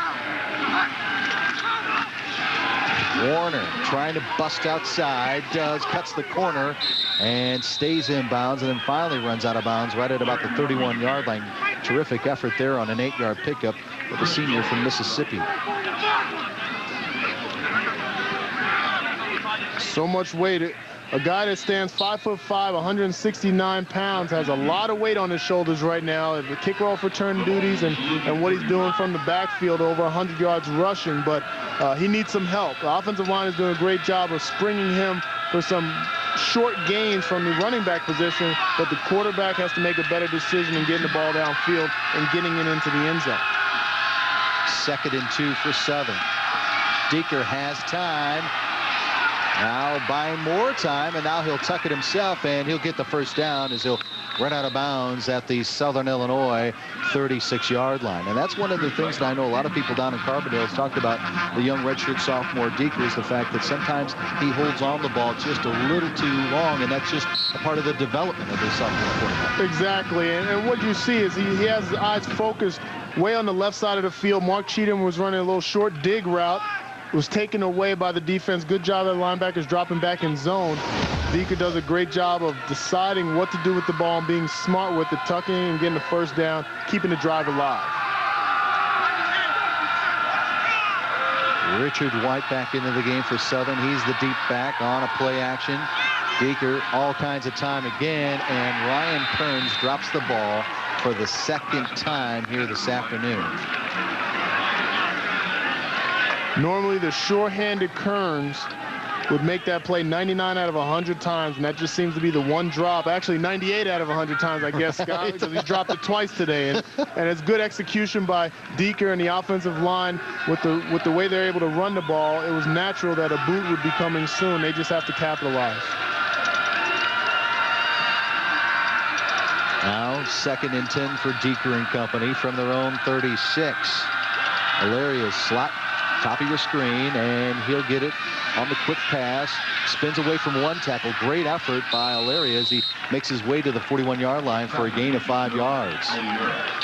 Boy, he's got some quick hands. Yes, he does. He's an athlete. And, you know, by the way, he plays the quarterback position. He recognizes and understands what he's supposed to do. Right there, he runs the route. It's a hot route because he sees the blitz. He's able to shorten up the route, run the out route, and be on the same page as the quarterback. Why? Because he is a quarterback, and he makes the play downfield. So good job by Alaria. All right, 3rd and 5 is the Missouri State fans getting on their feet here at Plaster Field, getting behind their defense, who have played one whale of a football game up to this point. 3rd and 5 for Southern from their own 41. Here comes the blitz. Deeker throws, caught, Gwynn, first down into Missouri State territory, and he wisely holds on to that football this time as he makes his way to the Missouri State 46-yard line. I think Matt has seen too many turnovers by his teammates, and he put 2 hands on it that time. Good job again in the face of Deeker, and good job of him making a quick decision right here. He recognizes the blitz. Hightower coming right up the middle. Cornerback Miller falls down, so it gives a little bit more space for Gwynn to make the play and yards after the catch. But you're right, Scott. He covered that ball up with his arms, his face mask, his knees, everything. They don't want any more fumbles. After the 13-yard pickup, Deeker up top once again. This time he has time, goes to his last outlet. That's C.J. Robertson. And it's going to be a 3-yard pickup to the Bear 43-yard line. Well, it's an interesting approach that the Salukis have in this drive because they've really leaned on the passing game during this drive. Even though they've had a lot of success in the run game, they've just gone to this, obviously the no huddle, but sticking with the pass game to move down the field. As we see the major difference in total yards between these two offenses, but it's been Missouri State opportunistic with 5 turnovers already in the afternoon. Deeker trying to set up a screen to White, and he drops it, probably wisely so, because Missouri State had sniffed that one out from the get-go, Damon. They did. There wasn't any pressure. The best way to run a screen is against a blitz or man-to-man coverage, and that just seemed like the Bears knew ahead of time what was going to happen, and they were ready for that play. So either Deeker throw that ball into the stands, or unfortunately you have White that drops it. We see Byron Hightower, number 48, as Missouri State looking for a stop here. Southern 5 and 11 on 3rd down conversions this afternoon. This is a 3rd and 6 from the Bears 42. Down 7-3. Here comes the blitz. Deeker unloads, caught Alaria, first down, and he'll get inside the 20 down to the 13-yard line. Joe Alaria coming up big once again for Southern Illinois. And it's all for naught as we see the holding call against the Salukis. Sean Smith with the holding infraction for Southern Illinois. Big play downfield, a little bit of miscommunication with the blitz. Got to have guys in the right zone. Alaria does a great job of finding the hold. Tony Randolph was responsible for that zone, and he has to get back there, but a hold negates this whole play. As you can see, everything unfold. A little twist on up front. Hightower gets cut. Good job up front by the offensive line. Good job by Alaria finding the gap in that zone. That is the 5th penalty on the Salukis this afternoon. It's now a 3rd and 16 from Southern's 48. No blitz this time. 3-man rush. Deeker throws. Caught. Win. First down, Southern Illinois. And this time, no penalty flags on the play. Good throw and catch here. And you can see this is basically a deep in route, what we call a dig route from the outside receiver. That linebacker, Miller, has to do a better job of recognizing once your clear route runs through the middle of the field, you have to know that somebody else is coming into your zone. Richard White on the first down carry. Make it to the 28-yard line for a 4-yard pickup. As we wind down the 3rd quarter of play here at Plaster Field, it's a punt block return for a touchdown for Missouri State in the 3rd quarter that gives the Bears the 7-3 lead as we head to the final 15 minutes of this one here in Springfield.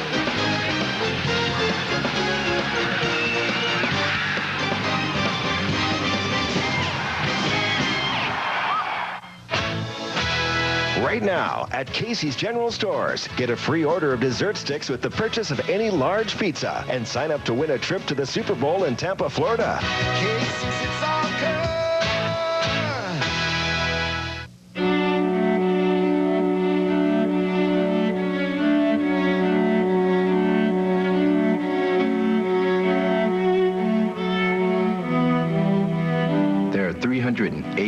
2,000 NCAA student athletes.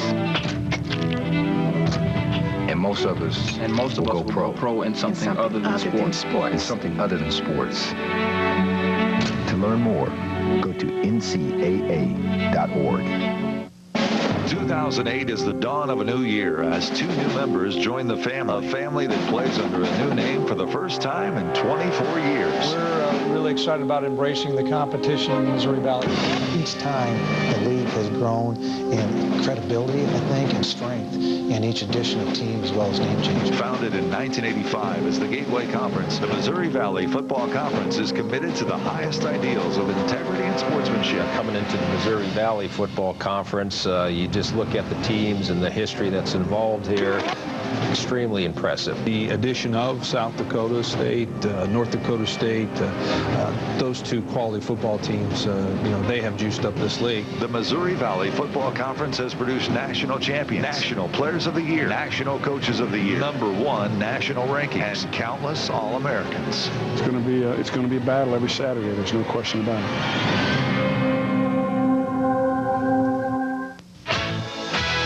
Right now at Casey's General Stores, get a free order of dessert sticks with the purchase of any large pizza and sign up to win a trip to the Super Bowl in Tampa, Florida. Casey's, it's all good. Missouri State leading by 4 as we head into the 4th quarter play here in Springfield. 6 of 12 on 3rd down conversions for Southern today, Dana. And this is a big play because it's 3rd and extra long, and they were able to throw the pitch and catch on a dig route. And just guys not in their right position on the Bears defense. And you have to wonder, Scott, and you and I were speaking off air, if this Bears defense gets a little bit more tired because of the time of possession and how long they've been on the field all day. Well, Richard White gets the first carry of this 4th quarter for 8 yards, and they move the yardsticks as it's a first down on this possession for Southern Illinois, as the Salukis have just over 28 minutes of time of possession to just under 17 for Missouri State. I think you bring up a great point there, Dana. We'll see if this Missouri State defense, who's played a whale of a football game, is going to start getting worn down, and they're going to try to continue that. The Salukis are, with Richard White going in between the tackles, loses his helmet, but not before a 6-yard gain. Right at this point, with the turnover ratio, he decides to lose his helmet instead of the ball. You hold on to the ball and helmet, they can fix the chin strap later, but these guys are doing a much better job in this second half of protecting the ball. Every guy that has had their hands on the ball seems to have both hands and arms wrapped around it, protecting it in traffic. 2nd and 4, Warner and White in the game. Now Richard is to Deeker's left, and we see trips to the top of your screen. That's Warner, number 21, closest to the line of scrimmage. Haven't seen this set by Southern yet, and now fake handoff, and White will get the first down as he barrels inside the 5 down to the 3-yard line. Nearly a 10-yard pickup. It is a 10-yard pickup for Richard White, and Southern Illinois' offense is rolling here to begin things in this 4th quarter of play. But when you have both of those guys in the offense, you have to honor both of their abilities, and this is a great play and great execution right there. Warner has the speed to take that handoff from Deeker and break on the corner. So you not only establish that you can run that play, but you also establish that you can run that play to Warner and allow him to use his speed on the corner and possibly get a big play. Richard White with his 11th carry on the afternoon. He'll get a yard to the Missouri State 2-yard line, so it's now 2nd and goal for Southern Illinois. We saw them in this very same position on the opening possession of the game, and of course it was the first of 5 turnovers for the Salukis here this afternoon. Yeah, and they seem to have corrected that. Whatever was going on early in the game with the fumbles, they seem at this point to have corrected it, and the offensive line is back to establishing their dominance up front. White trying to find the end zone, and it looks like he's just going to be about a half-yard shy as he gets a gain of about 1.5 yards, and so it's 3rd and goal now for Southern. And at this point, you think they're obviously going to try to score on this 3rd down, but this is 4-down territory, Scott, because you have to go back to your comment earlier in regards to the dominance of the Saluki defense and what they're able to do. Missouri State has 2 yards of offense in the 3rd quarter alone, so no matter what happens on this play, I'd assume that Coach Lennon would say it's 4-down territory. White scrambling for the end zone, and he doesn't have it. What a terrific rush by that defensive line for Missouri State to stop Richard White short of the end zone.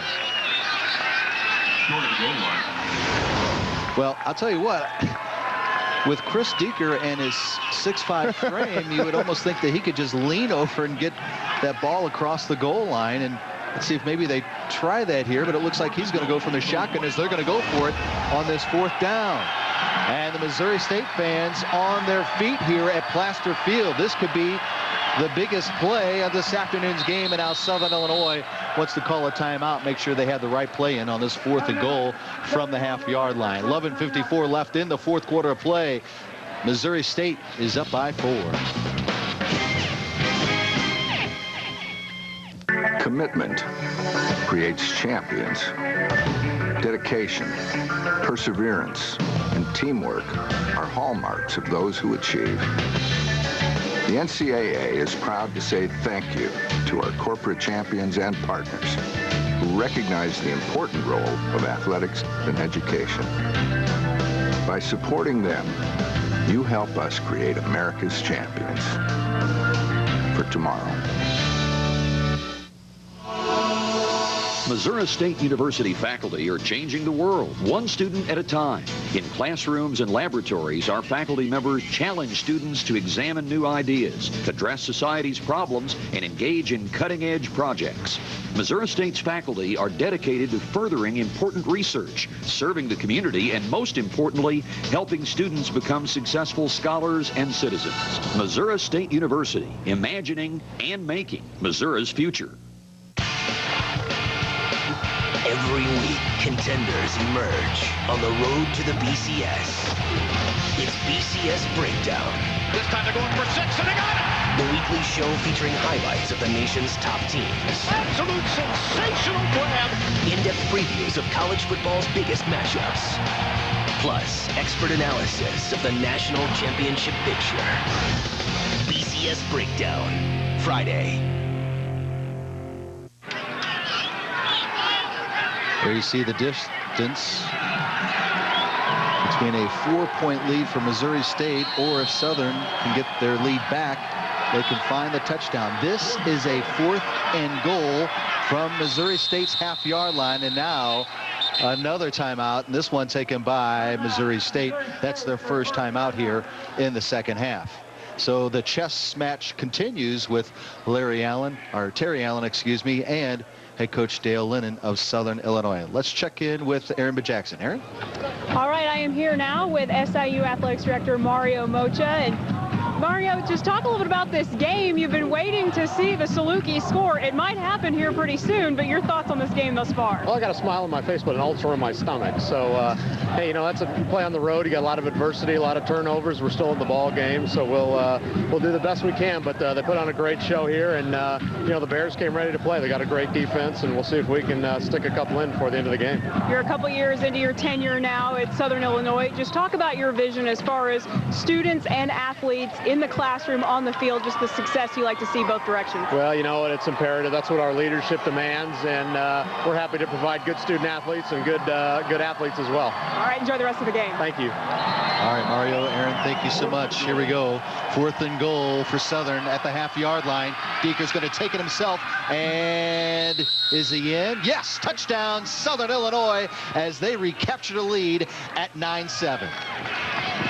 And we were wondering if they were going to run the quarterback sneak. We figured that was the smartest route at this point. It seems like Deeker at 6'5", 227 pounds, can get into the end zone pretty easily. So that's a good job by him, just being able to press up front. And again, all starts with the offensive line and what those guys are able to do. Farrell up front in the middle, making the blocks after snapping the ball, and then Lockwood and Pickard on the left side as well. Doherty with the extra point extends the Southern Illinois lead back to 3. 10-7 Salukis in the 4th. James Carriotis, general manager of Pinchpenny Pub. I started going to school as a traditional freshman my first year out of high school. So I went up north to another state school. Was there for a little while and decided, Carbondale's really home. I wanted Southern Illinois University hanging on my wall. So it's a legacy for all of us who have gone to school here, currently go to school here, or may go to school here in the future. It's a perfect experience, a perfect fit for me. I could have left numerous times to go take other jobs. This is just where this is home for me.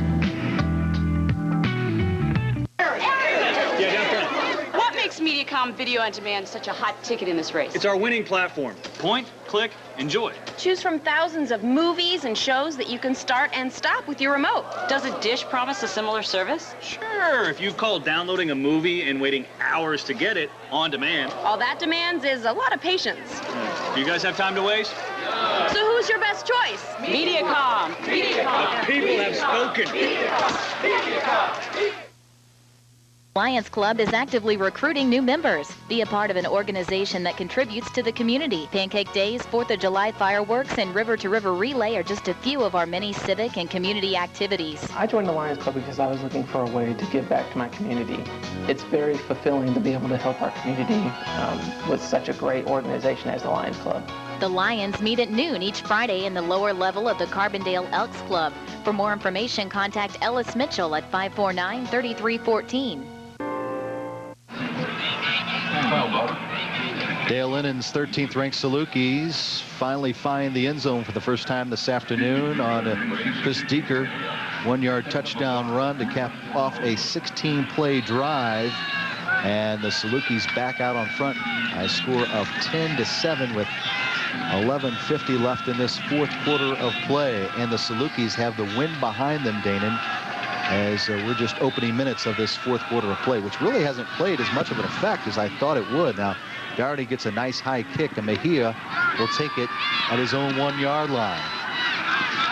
And Chase will make his way out to the 20-yard line for Missouri State. The Bears offensively have been sputtering, only 2 yards of offense in the third quarter of play. Let's check in with Aaron Jackson down on the sidelines. Aaron? Well, both coaches, Terry Allen and Dale Lennon, are wearing armbands today as part of the Coach to Cure Muscular Dystrophy. It is the newest charity by the American Football Coaches Association, their newest charitable project anyway. Football fans can donate to muscular dystrophy research either online at coachtocuremd.org or by texting the word CURE to 90999. That'll automatically donate $5 from their mobile phones. But muscular dystrophy, a huge concern because it's the most common fatal genetic disorder diagnosed during childhood, primarily affecting boys, but all races, all cultures. Darren, thanks. And as you mentioned, a great cause, and all the coaches in the conference getting involved with that for the muscular dystrophy. We saw the incompletion pass to Chris Geis. 2nd and 10 now for Missouri State. Here comes the blitz, read and caught by Brandon Oliver out to the 27-yard line for a 6-yard pickup for Missouri State. Good job by Brandon Oliver and Cody Kirby recognizing the blitz by Chauncey Mixon. He's probably eating them alive today coming off that left side, but they were able to make the blitz adjustment, which is normally by a wide receiver running a slant route or a hitch route, so your quarterback can get rid of the ball pretty quickly. So good job recognizing the blitz right there. 3rd and 4 for the Bears from their own 27-yard line. Blitz coming once again. Kirby unloads it. It's tipped, and is it caught? No, incomplete, as Clay Harbor couldn't come up with a reception for the Bears. And another 3 and out for the Missouri State offense. And this is a Missouri State offense that has been explosive during their 2-game winning streak, but just have been stuck in neutral thanks in part to this terrific Saluki defense. Well, the Saluki defense recognizes, and defense coordinator recognizes that the blitz adjustments and getting the ball out of Cody Kirby's hands early is the way that they'll have some success, and that's why they were able to bring Mixon off the corners and make him throw those little hitch and slant routes, because those are not getting completed for any large gains. This is Warner, and Warner will cut outside, breaks a tackle, and he'll make his way out to the 48-yard line. And so Southern will get good field position from their own 48 with 10:51 left in this fourth quarter of play, up 10-7.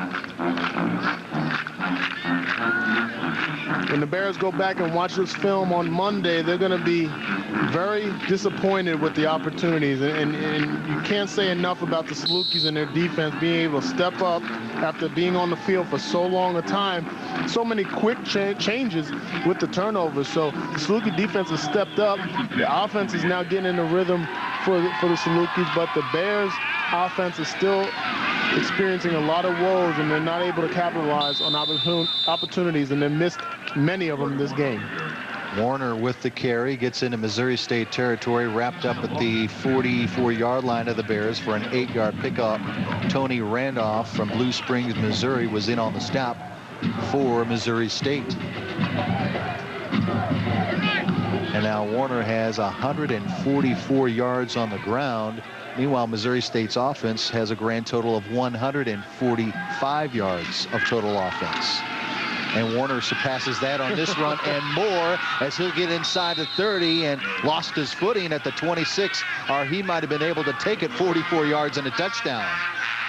Well, we're going to talk about it, and we've said it multiple times this game. Warner's doing a great job, but it starts up front. Look at Pickard right there, and then Lockwood getting locked up on Hightower, being able to squirt through was Warner, and the blocking downfield by the wide receivers as well. So those guys up front are back to dominating the line of scrimmage.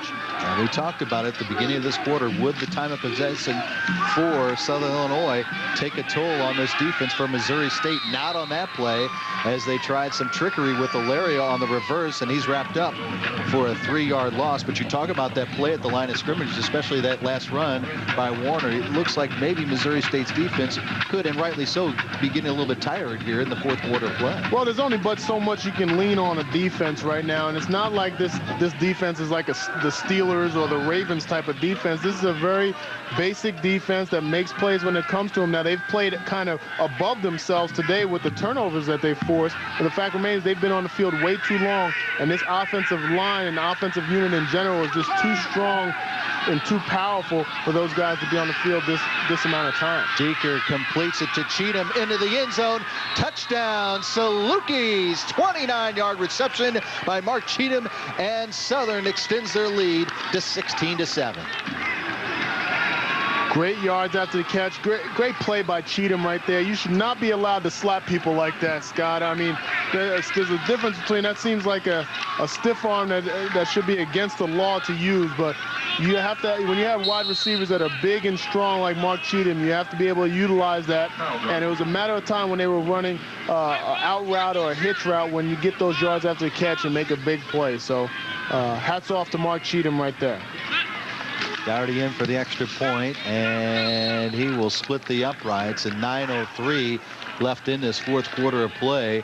Southern now their biggest lead of the afternoon thanks to Mark Cheatham's 29-yard touchdown reception here. Mark Cheatham, you see 8 men in the box right there. It's just single coverage on the outside, and once you have that much space between you and the cornerback, Miller has no chance right there. And just a great stiff arm and move by Mark Cheatham to get down the field.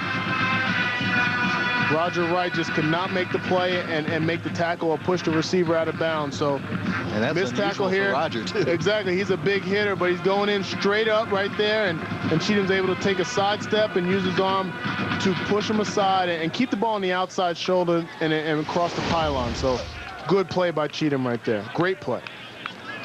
Cheatham had 3 receptions for 37 yards, 3 big receptions in a victory last week against Youngstown State. And let's go back to the early portions of this second half. You get the punt block return for a touchdown, and boy, you can feel the momentum swaying towards Missouri State's way. But after a while, we talked about it time and time again, didn't take advantage of those turnovers, and eventually it caught up to them with a very good team like Southern Illinois. Well, you have opportunities during the game, especially in this game with 4 turnovers at that point, to kind of put some nails in the coffin, start knocking some nails in the coffin, and have these guys on the road kind of reeling back and going into halftime when they were like, you know, it could have been 21-0 at that point, and you wonder what's happening, what they would have to do and get out of their game plan for the second half. Missouri State did not get the Salukis out of their game plan, never had to get out of their game plan, and now they're starting to get in the rhythm and put points on the board. Look at that time of possession difference in the second half, 4-1. And we still have 9:03 left to play here in the fourth quarter of play. Mejia and there's Chase right there, and Oliver both deep for Missouri State. Kyle Dougherty with the wind behind him gets another nice kick, and Mejia will take it right at his own goal line.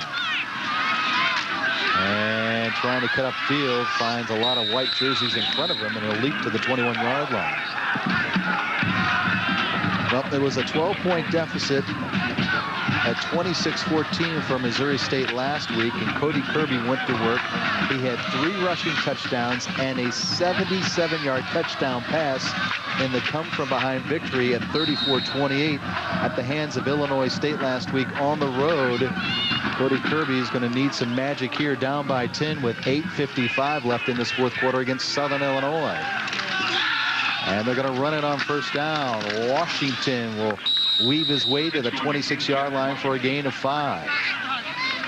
And that's what they need from the Bears offense, is quick hitting plays. The speed on the Salukis with Mixon and Jordan is just too fast for them to run those slow developing plays. The one thing we haven't seen from the Bears, Scott, and the way he was able to have some success last week, is Kirby running the ball. He has not run the ball well today at all, and every time he has had the ball in his hands, it's been scrambling for life. Here comes the blitz. Kirby unloads it. What a terrific catch by Justin Fusilier as he holds on to it at the 34-yard line as he was tripped up there by James Wheeler. Good concentration by Fusilier here, and just runs a little hitch out and is able to concentrate, recognize he's going to get hit. As a receiver, you know you're going to get hit. You might as well catch the ball, and that's a good job by him. From the 34, 1st and 10 for Missouri State. Again, down by 10. Under 8 left. Here comes the blitz again, and it is caught again by Fusilier right at the 50-yard line for a 16-yard pickup. Good job by Fusilier, and we gave him a little bit of noise earlier about having alligator arms in traffic. Right here, he kind of dispelled that theory. He was able to catch it knowing he was going to take the hit, get the big play downfield. They needed a few more of those early in the game, but they seem to be moving forward now. Kirby rolls out, finds his favorite target on this possession, Fusilier. This time no gain as Brandon Williams had him blanketed right at the midfield stripe. He had to come back to the ball, and that's why he didn't get any yardage gain, maybe a yard on that route, but that's just because the ball was in the air so long he had to attack the ball, and that's what you teach receivers, to go get the ball, because the defensive back is going to get it himself. So unfortunately no yardage on that play. No blitz this time on 2nd and 10. Good coverage. Now Kirby unloads it wide open as Emery, and he comes up with the reception down at the Southern Illinois 33-yard line. 17 yards on the pickup and a first down for Missouri State. Well, you got the Salukis right now just trying to read Kirby's eyes, and you can see he's wide open from the beginning of the play. Jared Emery does a great job. A scramble drill where the quarterback's rolling, you roll with him towards the sideline. Great job, great catch. Drive continues for Missouri State. Here comes the blitz, picked up, throwing downfield. Kirby incomplete as he tried to thread it into Adrian Taylor there, but double coverage by the Salukis on that pass play. Derek Belton playing center field right there, and didn't look like Kirby even saw him in the picture, and we saw that mistake made earlier with McElroy in the interception. Kirby he's doing a good job of looking off his safeties, but when he comes back to his receivers, he still has to recognize that they may still be in that zone, and that should have been an intercepted pass right there by Belton. On 2nd and 10, Kirby up top once again. Blitz picked up, throws downfield, wide open, complete. First down, Adrian Taylor on the receiving end this time for the Bears at the Southern Illinois 10-yard line. Good job on the route and the throw and the catch, but what you see now in this drive is totally different than what we've seen this whole second half, Scott, is you're seeing good blocking up front. Brown, Reichert, Shinaki, Arkin, and Graff are doing a good job of picking up the blitz. The Salukis are still coming after Kirby, but the blitz is being picked up right now. End zone intercepted by Brandon Williams, but we do have a penalty flag down on the play, and I think we are going to get an encroachment by Southern Illinois, so Kirby is going to catch a big break right there. Well, I think Kirby recognized it. Offside. Defense, number 60, 5 yards, first down. And you see that type of play often by guys like Peyton Manning, where they recognize that the defense was offsides and you try to make a big play into the end zone so you can negate the penalty. You're in a win-win situation, and right now they move close to the goal line and still have that first down. From the Southern Illinois 5-yard line. Now Kirby changing the play at the line of scrimmage. Play clock down to 10. Here comes the blitz once again. They're going to run the option. First time today. King Jack Washington is wrapped up by Ryan Patton after a 1-yard pickup to the Southern 4-yard line. And we have a late penalty flag after the tackle, Danon.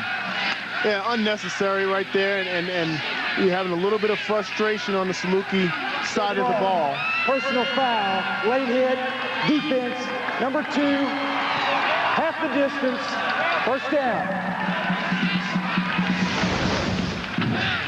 Brandon Jordan just being a little frustrated at this point. They're on the field. They've been dominating this offense all game, and now the offense is kind of taking a turn for the better for the Bears and moving downfield. So he has to do a better job of composing himself. Half the distance to the goal line. It's 1st and goal now for Missouri State as the mistakes continue to climb up the ladder for Southern here this afternoon. Washington parried right at the line of scrimmage for no gain. I mean, he was popped by Brandon Jordan.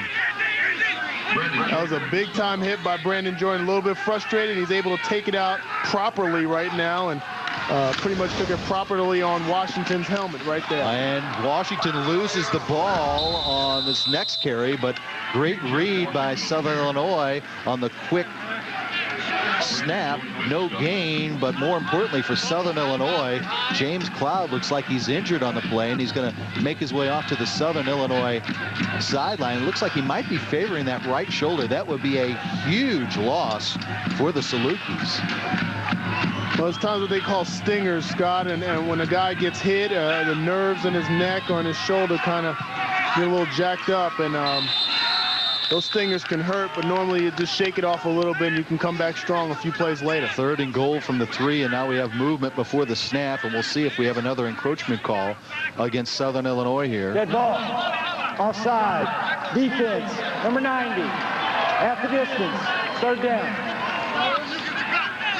So I don't know if this is good or bad for Missouri State, getting a yard and a half closer. Not as much room to work here, especially since they've not had much success running the football this afternoon against this Southern defense. And it really doesn't factor into much when you're inside the 5-yard line, especially knowing that the Bears are in 4-down territory as well. They can't afford to come out of this with just a field goal. They have to be able to try to punch it in and get that touchdown. Washington with the carry, and he's smothered. He might have lost a yard and a half. Brandon Jordan company again making the stop. Also number 91, Jason Seaman for Southern Illinois. So now decision time for Terry Allen at the 4:40 mark and counting here in the 4th quarter. Does he go for the field goal? He looks like he wants to make it a 7-point deficit if Odelman can connect on this 20-yard field goal attempt. How about that play from Jason Seaman coming from the backside and tracking down King Jack in the backfield? So the defense has stood strong on this drive, and they're bending but not breaking. Good snap, and the field goal is up, and it is good by Odelman. He missed one earlier, but the field goal for Missouri State makes it a 7-point deficit at 17-10 with 4:11 left in this 4th quarter of play. And reminder, Missouri State still has 2 timeouts remaining in the 2nd half. Let's look at this play. The last play before the field goal.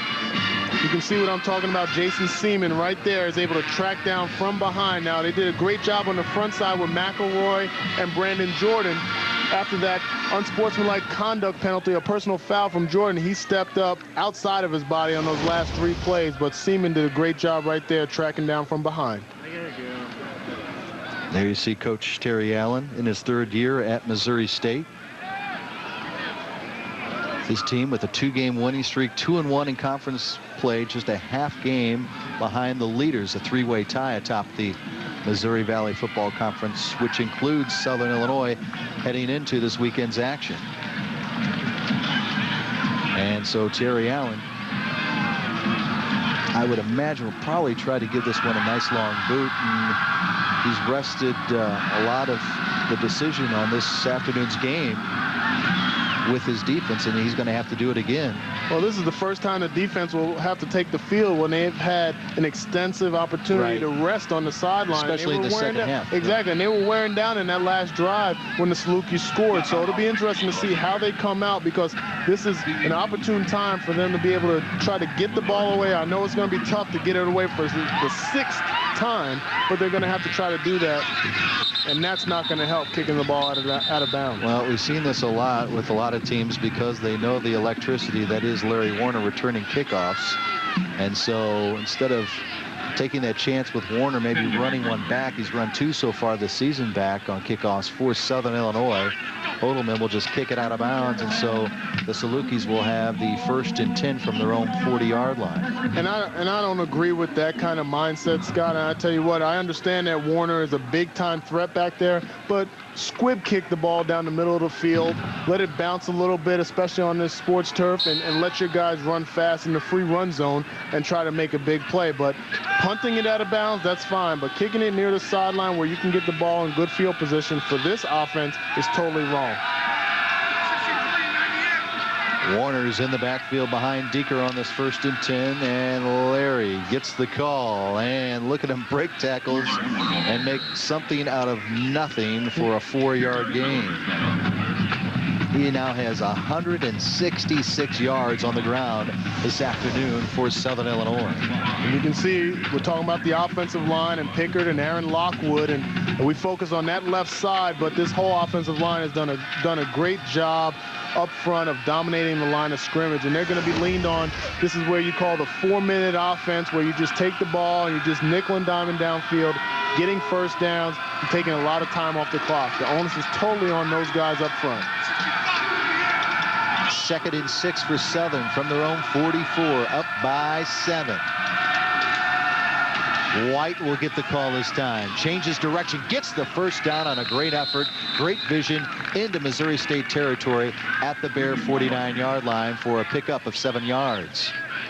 It's amazing how good of offensive linemen look even better when they have good running backs behind them, Scott. And what you have in White and Warner are guys who have great vision and are able to see those creases. They're small enough to squeeze through the creases. So even though those guys are doing a great job up front, Lockwood, he only has to shadow or get his hands on somebody, and those running backs will find the holes.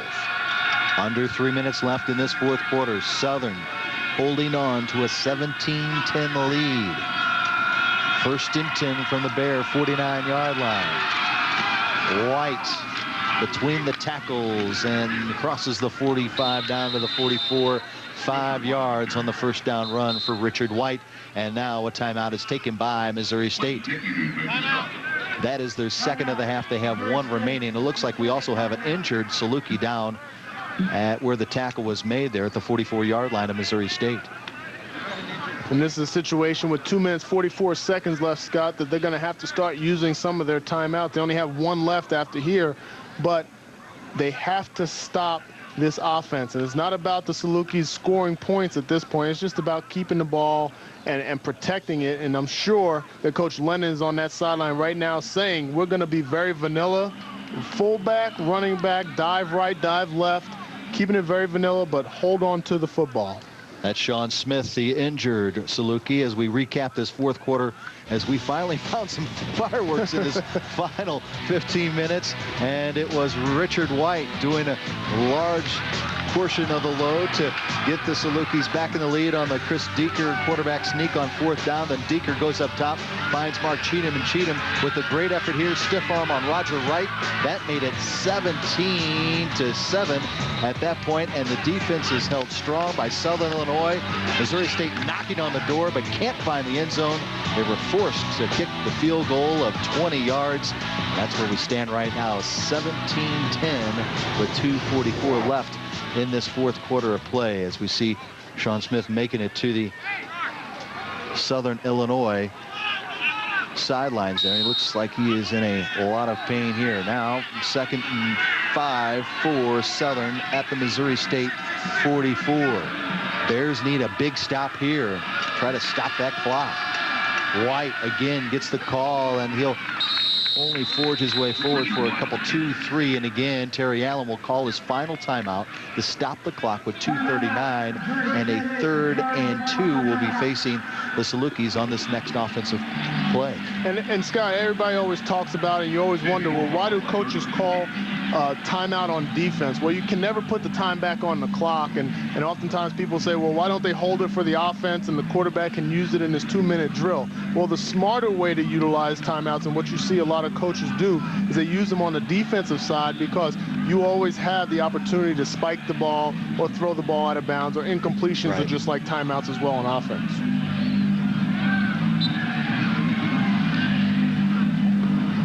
Southern Illinois has 1 timeout left in this second half. And again, they'll be facing a 3rd and 2 as Missouri State heading into this home game here at Plaster Field with a 2-game winning streak and trying another victory and come from behind fashion, down by 12 as we mentioned before last week, and winning on the road at Illinois State, down by 12 in the final 15 minutes, and they won at 34-28. They're down by 7 with 2:39 left, and the defense, who's been on the field for nearly 35 minutes this afternoon, is asked for one more stop here on this 3rd and 2 for the Salukis from the Bear 41-yard line. Good and White in the backfield behind Deeker on this 3rd and 2. Comes the blitz. Here goes White, and he's not going to get it. Great effort by the Bears defense, led by number 44, Roger Wright.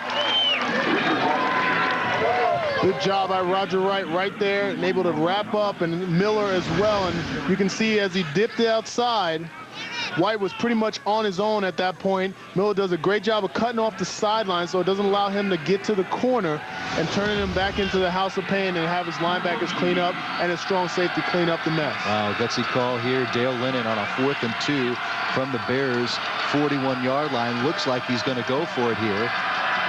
Well, they had the problem earlier with the punt. Yeah. Down to 4 seconds on the play clock, and they're just going to let it run out and take the 5-yard penalties. They kill the clock all the way down to 1:51 left in this 4th quarter of play. Offense, 5 yards, 4th down. And you accomplish 2 things on that, Scott. And you know, people wonder, why would you take a penalty at that point? Like you just stated, you take some time off the clock. But the other thing is, and you see this often in the middle of the field when you're on the opponent's side of the field, when you have to punt, you're almost better off to be a little bit further away from the goal line, so you don't have the automatic touchback. Now, in this situation with only 1:51, it really doesn't matter. They have to protect the punter at this point. We've already had 1 punt block here in the second half. Not another one as Ravanisi quickly gets the kickoff. And this is Finley. And he finds no running room as he's wrapped up at the 12-yard line. So, 1st and 10 for Missouri State at their own 13-yard line. They have 87 yards to go to try to tie this one, and no timeouts remaining. Of course, Cody Kirby, so far this afternoon, 19 of 34 for 190 yards and 1 interception on the day against the Saluki defense. And you revert back to the play of the game at this point is the last drive when they didn't get a touchdown from the 1-yard line. On 1st down, Kirby up top throws, and he connects, and Geis almost lost it, and they're going to say he did not have control, and it is an incomplete pass as he was hit hard by that defensive backfield for Southern Illinois. Good job right here. Brandon Williams does an excellent job of getting the ball out, making the play.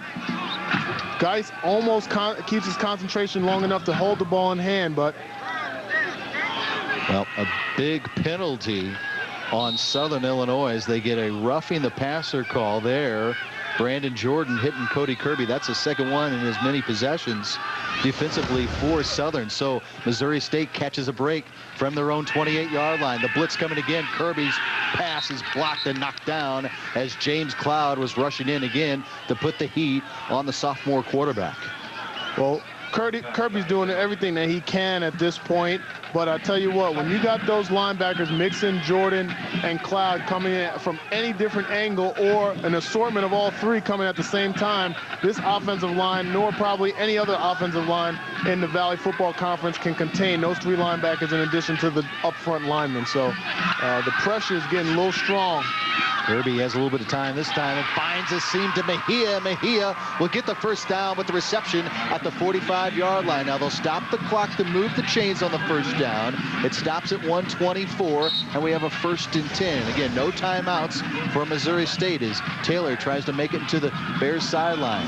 Does so. Kirby from the shotgun. Blitz coming once again.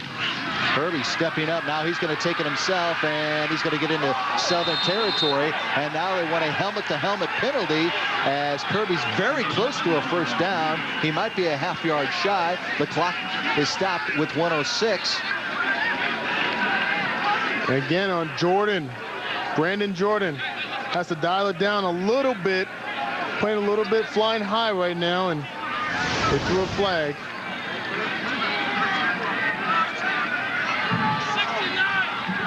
That's close, Bill. That is very close, but they are going to throw the flag and penalize Brandon Jordan. Once again, the Missouri Valley Football Conference Defensive Player of the Week. Look at the penalties there for Southern Illinois. Missouri State down to a minute, down by 7. 1st and 10 from Southern's 31. Here comes the blitz. Kirby buying time, throws downfield, incomplete as he overthrows his intended receiver, Chris Geitz, downfield. You underestimate the last drive, and I'm going to keep referring to that, Scott. The last drive, when you're inside the 1-yard line, you have to punch it in for a touchdown, especially at this time of the game. Now, instead of being able to kind of nickel down, squeeze down the clock, and get inside the 20 for the game-tying field goal, you have to put it in the end zone. Too much pressure for this Bears offense right now. 3-4-man blitz. Kirby unloads, throws complete to Emery, and he will barrel his way down to the 12-yard line. Under 45 seconds left. They'll stop the clock at 44.2, and they'll move the chains once again. Boy, those two penalties are oh so costly to Southern Illinois right now. 30 extra yards that they were able to have just on penalties without having to run a play, not taking any time off the clock or any plays, just 30-plus yards. 1st and 10. Blitz again. Kirby throws and incomplete as he tried to hook up with Fusilier there. But probably more importantly for Missouri State, no sack, and they stop the clock with 30 seconds left. Cody Kirby's doing a great job of getting the ball out of his hands because the Salukis are bringing everybody and the kitchen sink against him. They're not going to let him sit back there and pick apart their defense. They're bringing everybody in his face. Here they come again. 13 on the play clock. 2nd and 10. Blitz coming again. Kirby. End zone, and it is incomplete, and we have penalty flags as it looked like there was some contact downfield as he tried to hit his tight end Harbor in the end zone. The pass intended for Cleveland. Illegal contact downfield. Oh. Well, you wouldn't suspect that from your preseason All-American senior tight end, Clay Harbor. Yeah, he gets his arms extended right there and pushes off. And they'll always call that when you got your arm extended, numbers high or higher. That's why, you know, and I'm giving away some of my tricks here, Scott, but when you push off at the waist and below, and you see that on the basketball court and on the football field as well. Referees do not see pushing when you push it off on the hip. All right, 2nd down from the 26-yard line, 25.7 seconds left.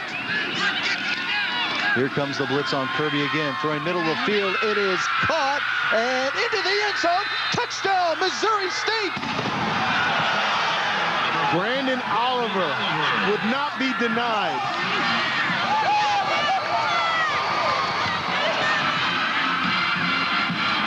Wow. Great job, Cody Kirby. Protection up front. You know that the blitz is coming every single down. They're bringing the house from the Saluki sideline. Cody Kirby keeps his composure and hits his receivers downfield. They finally make some plays for him and potentially tie game. This for the tie, and Holloman's extra point is good. So the 26-yard touchdown pass from Cody Kirby to Brandon Oliver, and the extra point has tied this one up at 17. Just the seam route. Mixon doesn't get deep enough when the guy leaves your zone. If no one else is coming, continue to get deep and keep the ball in front of you right there.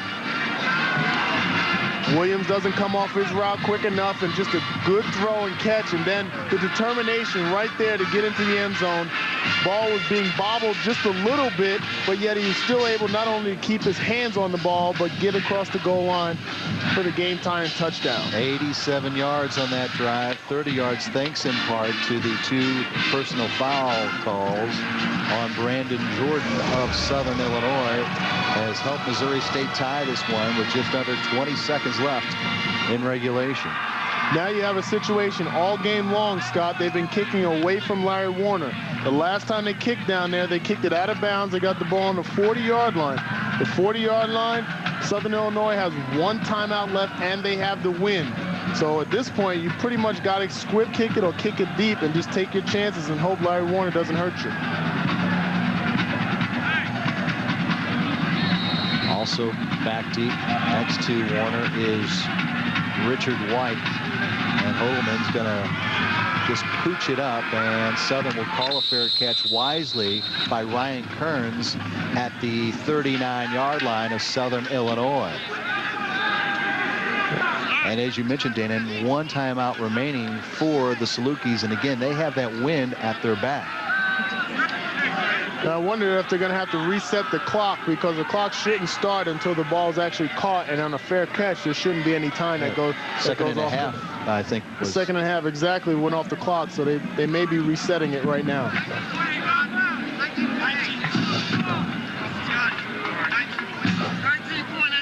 There you see the 66 yards to go for Southern Illinois. Now, Kyle Dougherty, their kicker, has yet to attempt a 50-yard field goal yet this season, but he's 3 of 5 from 40 yards plus. I think you can safely say that you get to the 35-yard line, and that's within the zone because the wind has picked up a little bit and it's blowing in his favor. And then did move the clock back to 19.8 seconds left. Deaker facing a 4-man rush, and he can't connect with Warner on the short route there. Not too sure about that particular pass play there, Dana. Yeah, I'm not, and the happy feet that Deaker had in the pocket, he's got to be able to stand still, recognize it's only a 2- or 3-man rush at this point, so he's got a lot of time.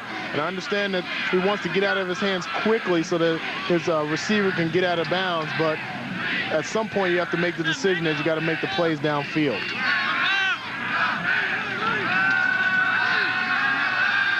All right, 2nd and 10 with 16.6 seconds left, and again, Southern has 1 timeout. Here comes a 4-man rush. Deaker has time, lots of it. Now he's feeling the pressure, and he's going to take it himself, and down to 8 seconds, and he'll run out of bounds at the Southern Illinois 49-yard line with 7.3 seconds left, and they'll move the chains on the first down on the run by the quarterback, Deaker.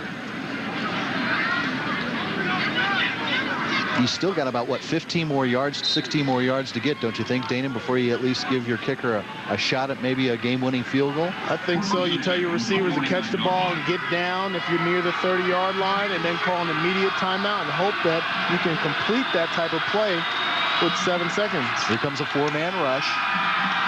Now Deaker is going to be sacked. Oh, he avoids the sack. Throwing downfield, wide open. It's Cheatham with the catch, and he's going to go in, and Southern Illinois wins it. Unbelievable!